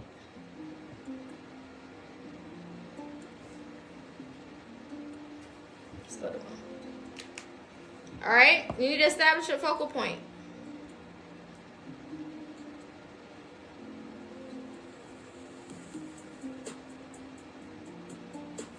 All right. Then your focal point can be a number of different things. Your focal point can be a mantra, right? Or something that you repeat in your head. All right. One of my favorite ones is I'm not the body, I'm not even the mind. I'm not the body, I'm not even the mind. I'm not the body, I'm not even the mind. I'm not the body, I'm not even the mind. I repeat that over and over and over and over and over and over and over into my head until I just kind of like zone the fuck out. Okay? Your focal point can be your breathing, right? So I'll vocalize it. Well, not vocalize it, but I'll say it in my head. In through the nose, out through the mouth. In through the nose, out through the mouth. In through the nose, out through the mouth. I'll use that. Your focal point can be something visually, like maybe when you close your eyes, you see colors. Maybe when you close your eyes, you see, whatever. I don't fucking know. Okay? Whatever you want it to be.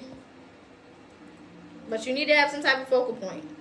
Now, if you are going to meditate with your eyes open, which some people do, then your focal point can be like a candle, right? Where you're looking at the flame. Or if you're doing mirror meditations, which I wouldn't recommend unless you've already started this process. But if you do mirror meditations, then you would be the focal point, okay? But finding some type of focal point, maybe it's a guided meditation, right? Where you're listening to someone guide you through it. That's a focal point. But you need to have something that you can focus on, because if you do not, you're going to just grab whatever comes to your brain. And we have so many thoughts per minute. We've done the exercise on here before where if I tell you right now, close your eyes for 15 seconds and I count for 15 seconds, in those 15 seconds, you will think about at least 5 to 7 different things. Just within 15 seconds. So imagine how much you're thinking about a minute out of the day, an hour out of the day, 2 hours out the day, 5 hours out the day, 10 hours out the day, 12 hours out the day. Imagine all the places that your mind is going. This is why meditation is so important. Because our brain is doing so many things that we're not controlling. It's just going to places. And we don't have no control. We're just going with the flow. Thinking about 5,000 things, overthinking this, procrastinating this, self-doubt over here, self-worth fucked up over here. All types of shit is going on. Right? So meditation helps you recenter yourself. It helps you ground yourself back into the moment so that you can figure out, okay, what are the priority thoughts? What are thoughts that I do need to focus on? What are thoughts that are just throwaways? Right? As you learn to focus on single thoughts, you learn to control your thought process. You learn to control your energy more.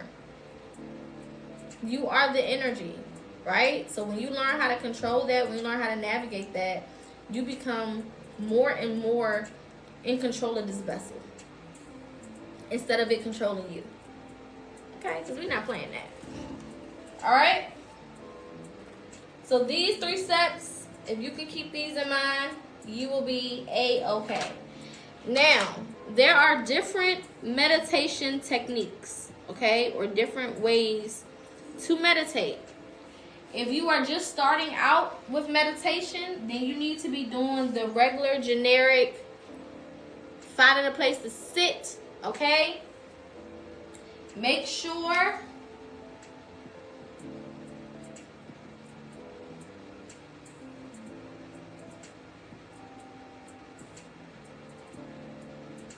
that your spine remains straight.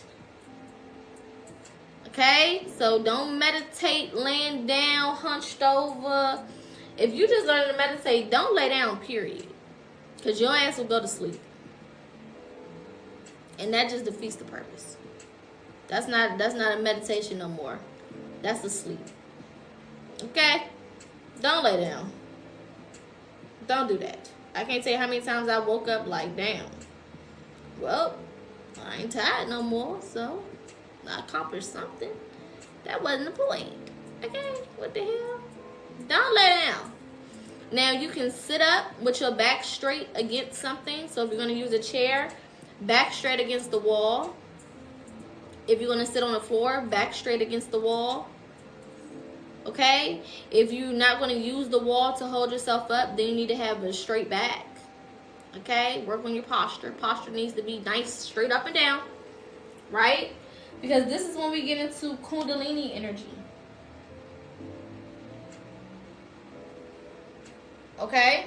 Now we have 33 vertebrae.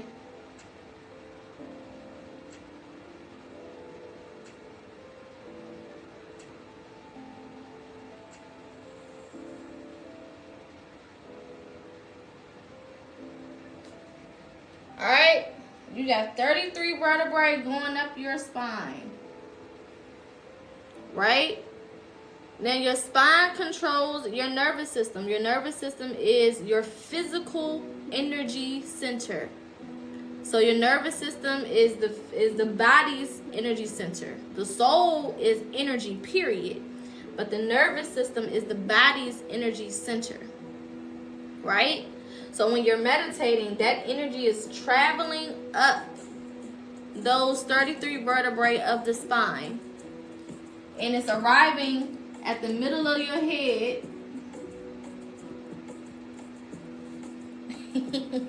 Which we would call the pineal gland.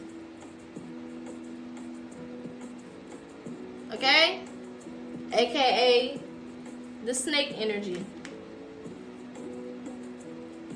Alright? So we keep our back straight so that that energy can travel without any interruptions. Alright?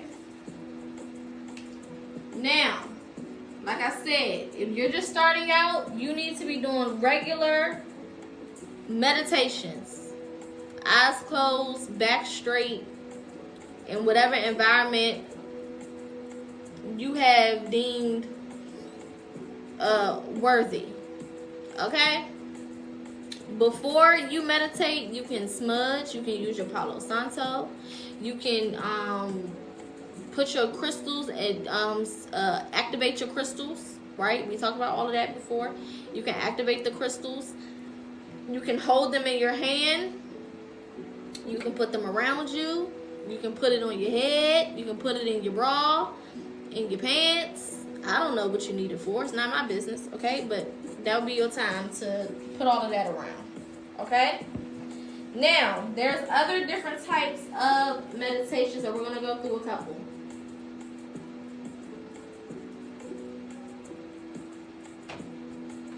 Listening to music.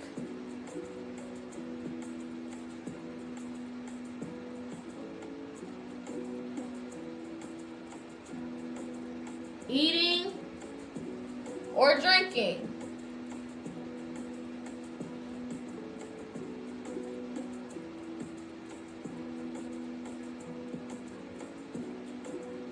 Yoga or exercise.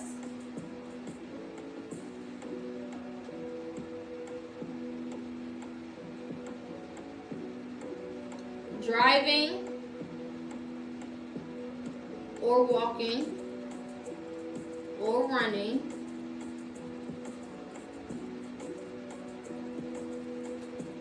Dancing.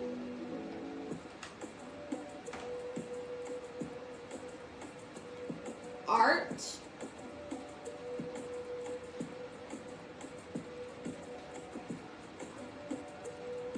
Journaling.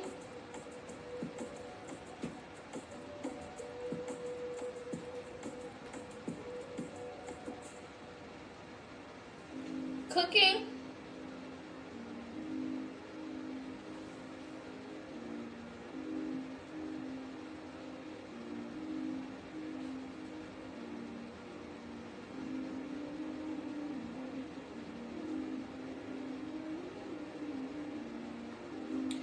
Giving or receiving a massage. It works differently for some people. Some people you know, can kind of zone out when they're giving the massage, and most people zone out when they're getting one. It just depends on who you are and what tickles your fancy. Okay.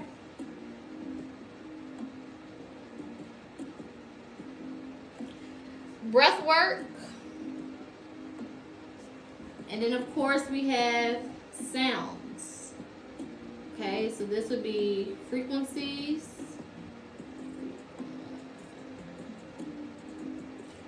Frequencies. Sound baths.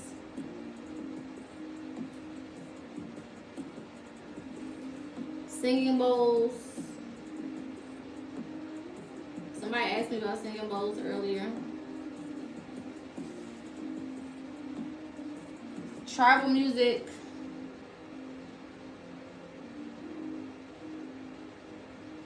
Or drums. Okay. And then we also have cleaning. Alright. So these are just a couple of different other methods where we meditate. Okay. In doing some of these things, you will notice yourself kind of zone out. Okay? Listening to music. Now, if you're going to use music to meditate, I need you to be intentional. You should not be meditating to Sexy Red, Lil Baby, Meg Thee Stallion, Nicki Minaj, Lil Wayne, Drake. Nothing like that. That don't even make sense. Okay? Jazz, perfect. Classical music, perfect. Okay? Instrumentals, perfect. If you're going to use an instrumental, don't let it be a song that you really, really love. Because instead of fucking meditating, you're going to be singing all the words bar for bar in your head. Okay? Now, things of that nature. Okay? These are just a few. So if you have any other personal things that help you kind of zone out, then those would be some of the forms of meditations that you're already familiar with. Okay? If gaming works for you, okay. But again, it depends on whenever you're meditating, because you are opening yourself up to being more energetically exposed, you want to be careful with the things that you're doing. Excuse me. While you're meditating. So it depends what type of game you playing. You know, you can't be meditating and playing Grand Theft Auto and shooting people and stealing cars. That doesn't make sense, right? So again, this goes back into environment. That would be considered a part of your environment. So you got to make sure that all of that aligns. If you are going to listen to certain music, then it needs to be something that's inspirational, something that's high vibrational, something that's speaking to your higher self, right? So if you're going to go rap, maybe like Kendrick Lamar or Andre 3000 or Outkast, or you know what I'm saying, somebody of substance, somebody that's giving you something that speaks to what you're trying to achieve through meditation. Okay? Because you want to come into meditation with intention. We're not just doing this just to do it. We're doing it to gather something, to gain something. Either we're trying to focus on a thought. Maybe we may be trying to communicate with ancestors. Maybe I'm trying to figure out the name, the meaning behind a dream or intuition or premonition or something like that. Whatever it is, okay? I need to be focusing and making sure that my intention is being met with that meditation. Okay? We're never just meditating just to meditate. It's always a purpose. Whether, again, that's to clear your mind and focus on a single thought, whether that's for peace, whether that's for answers, whether that's for clarity, whether it's to tap in with your spirit team, access the Akashic records, whatever it is, all right? Now, again, standard meditation is best. That's when you got your eyes closed, you're focusing on a single thought, you are creating a focal point, all of that, right? These other things are ways that we may meditate unintentionally. So sometimes you can be washing your hands and all of a sudden some shit just makes sense, or you get an answer, or something just come to you, right? You kind of zone out and something just click, right? Or it's like somebody said, you can be bathing, you can be in the shower, right? Or you can be driving. You know, sometimes you just get in the car and you just cut off the music and you just drive, and you just kind of let your mind just do what it do. All right. Exercising and yoga does the same thing. Pilates, any type of exercise, it does the same thing. You kind of zone out, right? Your body kind of goes into autopilot, so you don't necessarily have to be doing anything. Journaling, dancing, any types of arts and crafts, painting, drawing, coloring, piecing things together, pasting things, cutting things out, all of that, okay? Breath work. Breath work should be introduced into your regular standard meditation anyway. You should be paying attention to the breath in some type of way, shape, or form. Okay? In regular meditation, in standard meditation, breath is one of the most important things. Okay? So focusing on breath. In through the nose, out through the mouth, in through the nose, out through the mouth. Okay? What else? Cooking. Cooking is one of my favorite forms of unintentional meditation, or anytime I just need to kind of calm my mind, calm my energy. Okay, I love to cook because you ain't got to think about it. You just cutting shit up and throwing it in the pot and doing what you need to do. You know what I'm saying? So you can kind of give your mind a break, right? Running, jogging. What else? Sometimes when you're eating or you're drinking, right? Like, you know, I drink teas. I make my own herbal teas and I drink them throughout the day. So when I'm having my tea, sometimes my mind just goes to different places and do different shit. All right? Again, these are not all of the forms, right? But these are some of the most common that, you know, we kind of are doing on a daily basis. All right? I'm going to clean the board. We're going to do a quick Q&A just for anyone who has any questions about crystals or meditation. And then we're going to wrap up for today. Tomorrow, we'll be doing our reading for the week. Well, we'll do a general reading tomorrow. Wednesday, we'll be doing another lesson. I haven't decided on what I want the lesson to be on yet for this Wednesday. So, just have to come on in and see tomorrow. Tomorrow I'll have more of an idea of what we're going to do the lesson on.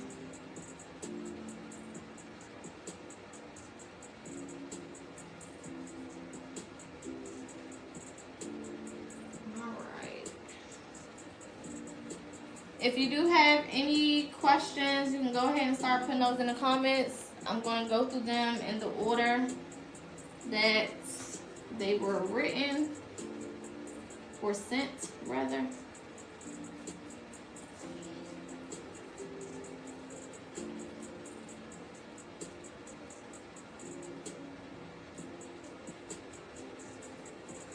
All right.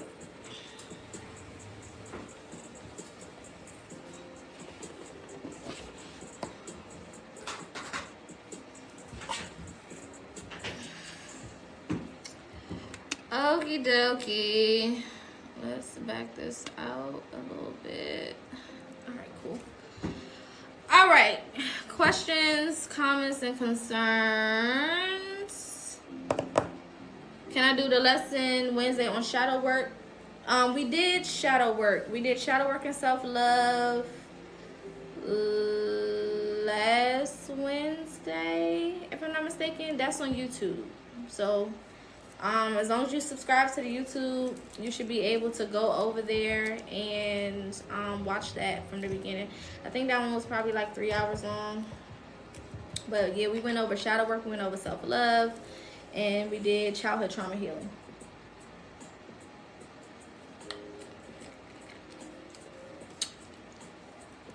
You're welcome. Any crystal questions, any meditation questions before we wrap this up for today?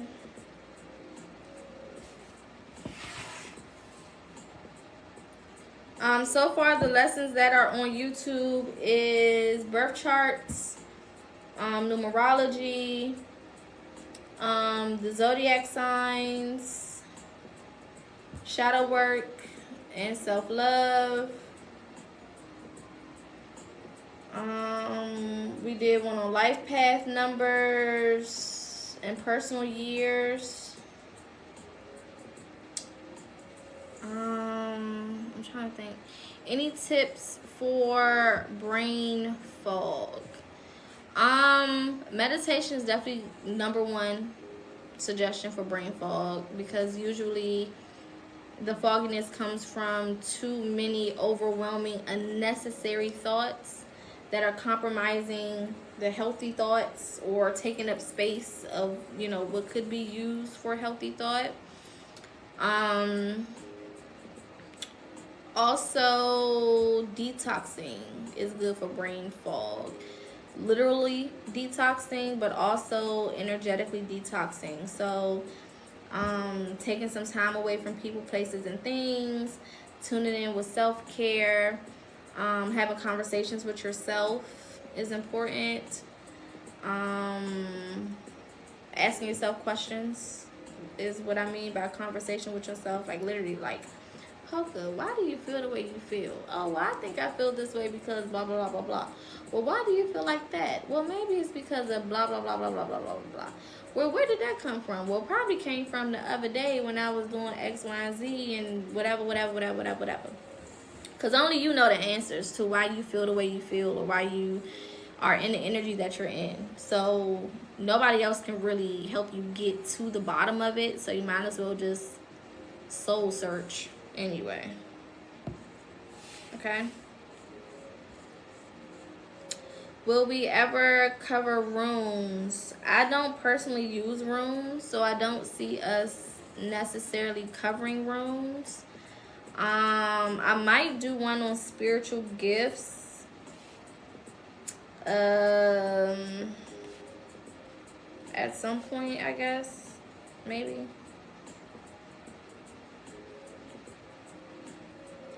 And what that would look like, or the types of spiritual gifts, so breaking down spiritual gifts, period.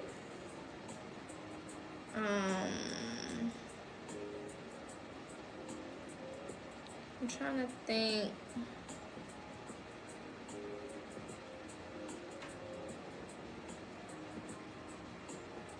So I'll do Wednesday, we'll do cleansing and protection rituals and spiritual gifts. That'll be the lesson for Wednesday. Cleansing and protection rituals. Because a couple people asked me about protection rituals on my main page, my main TikTok. And I never went over it. So yeah, we'll do cleansing and protection rituals. And then we'll do spiritual gifts. So that'll be a 2-part lesson. Because cleansing and protection rituals is one. And then, yeah, we'll tap into spiritual gifts. So that'll be Wednesday.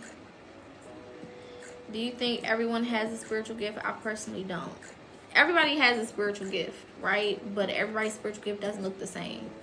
And there's no one size fit all when it comes to spiritual gifts. Like I said, your spiritual gift may be you're a chef and you're meant to heal people from the inside out through their physical bodies.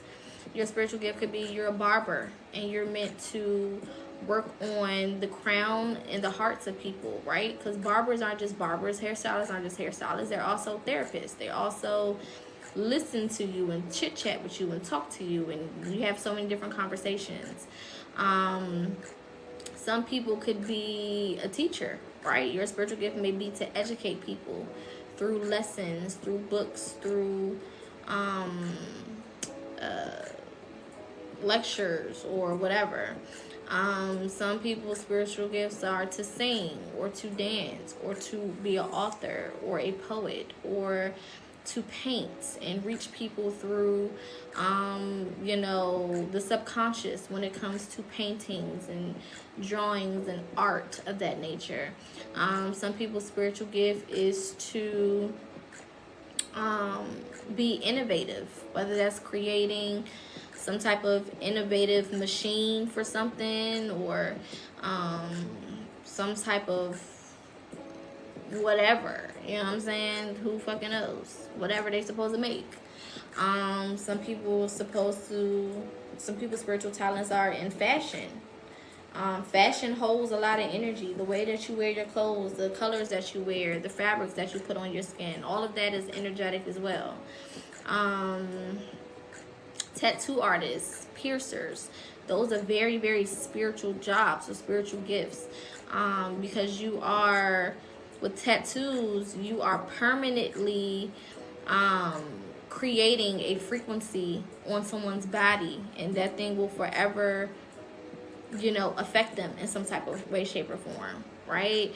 Piercings usually go in spaces that are energetic centers or energy centers.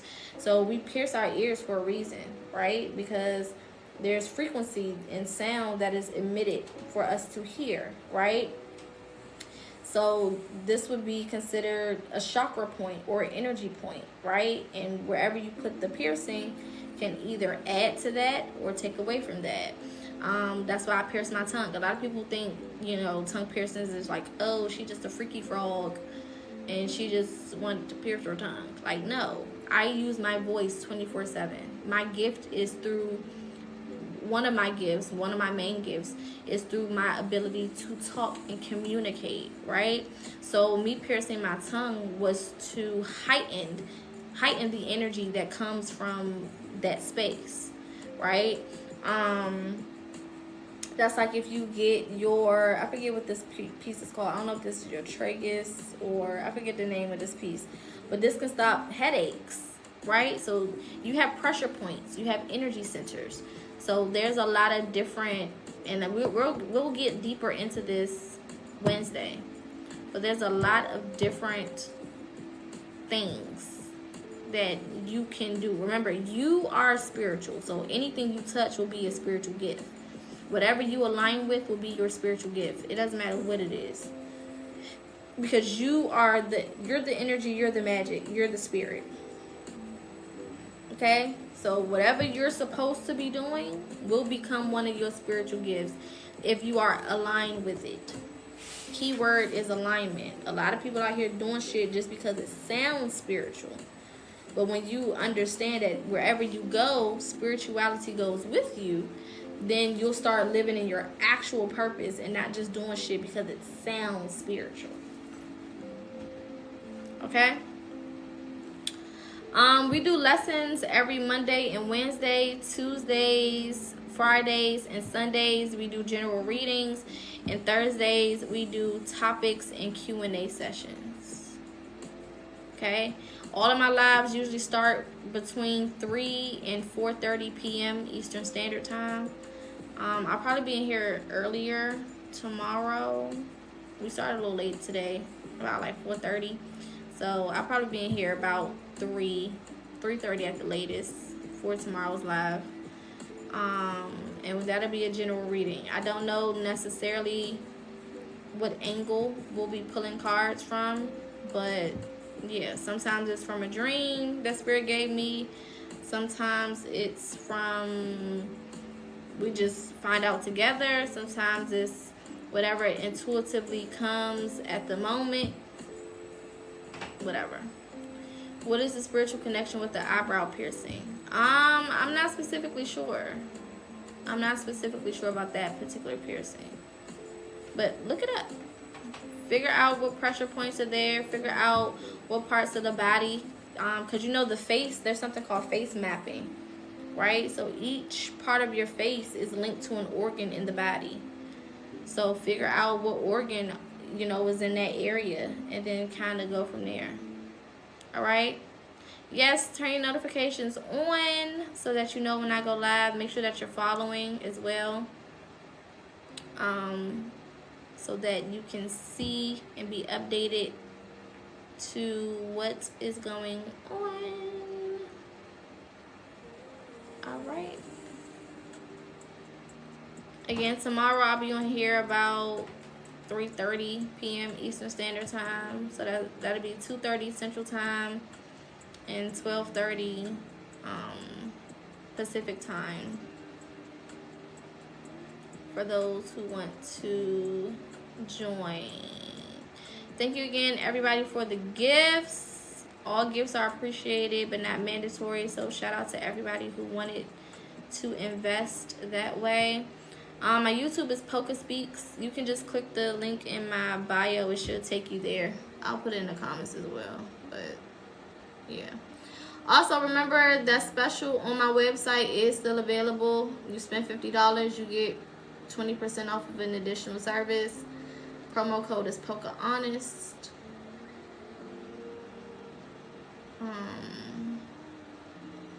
And that special will be going on until the 28th of February.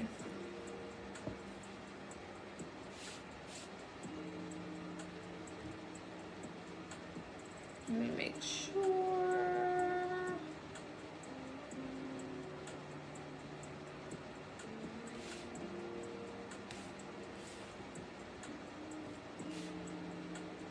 Yeah. All right. Any other questions, comments, concerns, thoughts, feelings, emotions, whatever? Everybody good? Make sure y'all subscribe to YouTube also and turn on your notifications there as well. This video will go live tomorrow rising on YouTube at about like 6:15. The live that I did yesterday didn't go live because I didn't have my laptop where I was. So that will go live later tonight. For those who missed the live from yesterday, our message to open up the week. So that'll go live later on tonight, probably around like 8:30-ish. It wasn't too long, so that'll be a quick one. And then this will go live, this specific video will go live tomorrow rising at around like 6:15 a.m. I'll be trying to catch y'all on y'all way to work. So around that time. All lives are saved to the YouTube. So just when you go on the YouTube, go to the live section of my profile, and all of the lives that I've ever done are there. So if it's a reading that you go and you look at, if it's a lesson, if it's a Q&A, whatever it is, all of my videos are timeless. So whenever you see it, that's when you were supposed to see it. So don't feel bad if there's a message that you're like, oh, well, this is from October of 2024. So what? If it resonates, take the message. Okay? All right, my loves. I will see you guys tomorrow. Also Thursday I'm doing a battle at 7 p.m. so for those who are interested in assisting me with gifting, gifts, for anyone who wants to invest that type of way into my platform, if you deem me to be a person that you want to support, then 7 p.m. on Thursday I'll be doing a gift battle with someone on here. That'll be after we do our regular live for the day. So if you want to stick around for that, feel free. Again, this is a gift-based community. So gifts really do help because I do all of this for free over here pretty much. So gifts are a way to just show your appreciation and contribute back to the space. All right. So that's just a FYI for Thursday. Other than that, I will see you guys tomorrow. Same place. Around the same time. Be good, live, laugh, love. Take these messages and these lessons into consideration. Implement them in your life the way that you see fit. Again, Wednesday we'll be doing protection and cleansing rituals, and I'll go over spiritual gifts. Okay? Love and light. I'll see y'all tomorrow. Be good. Stay safe. Peace.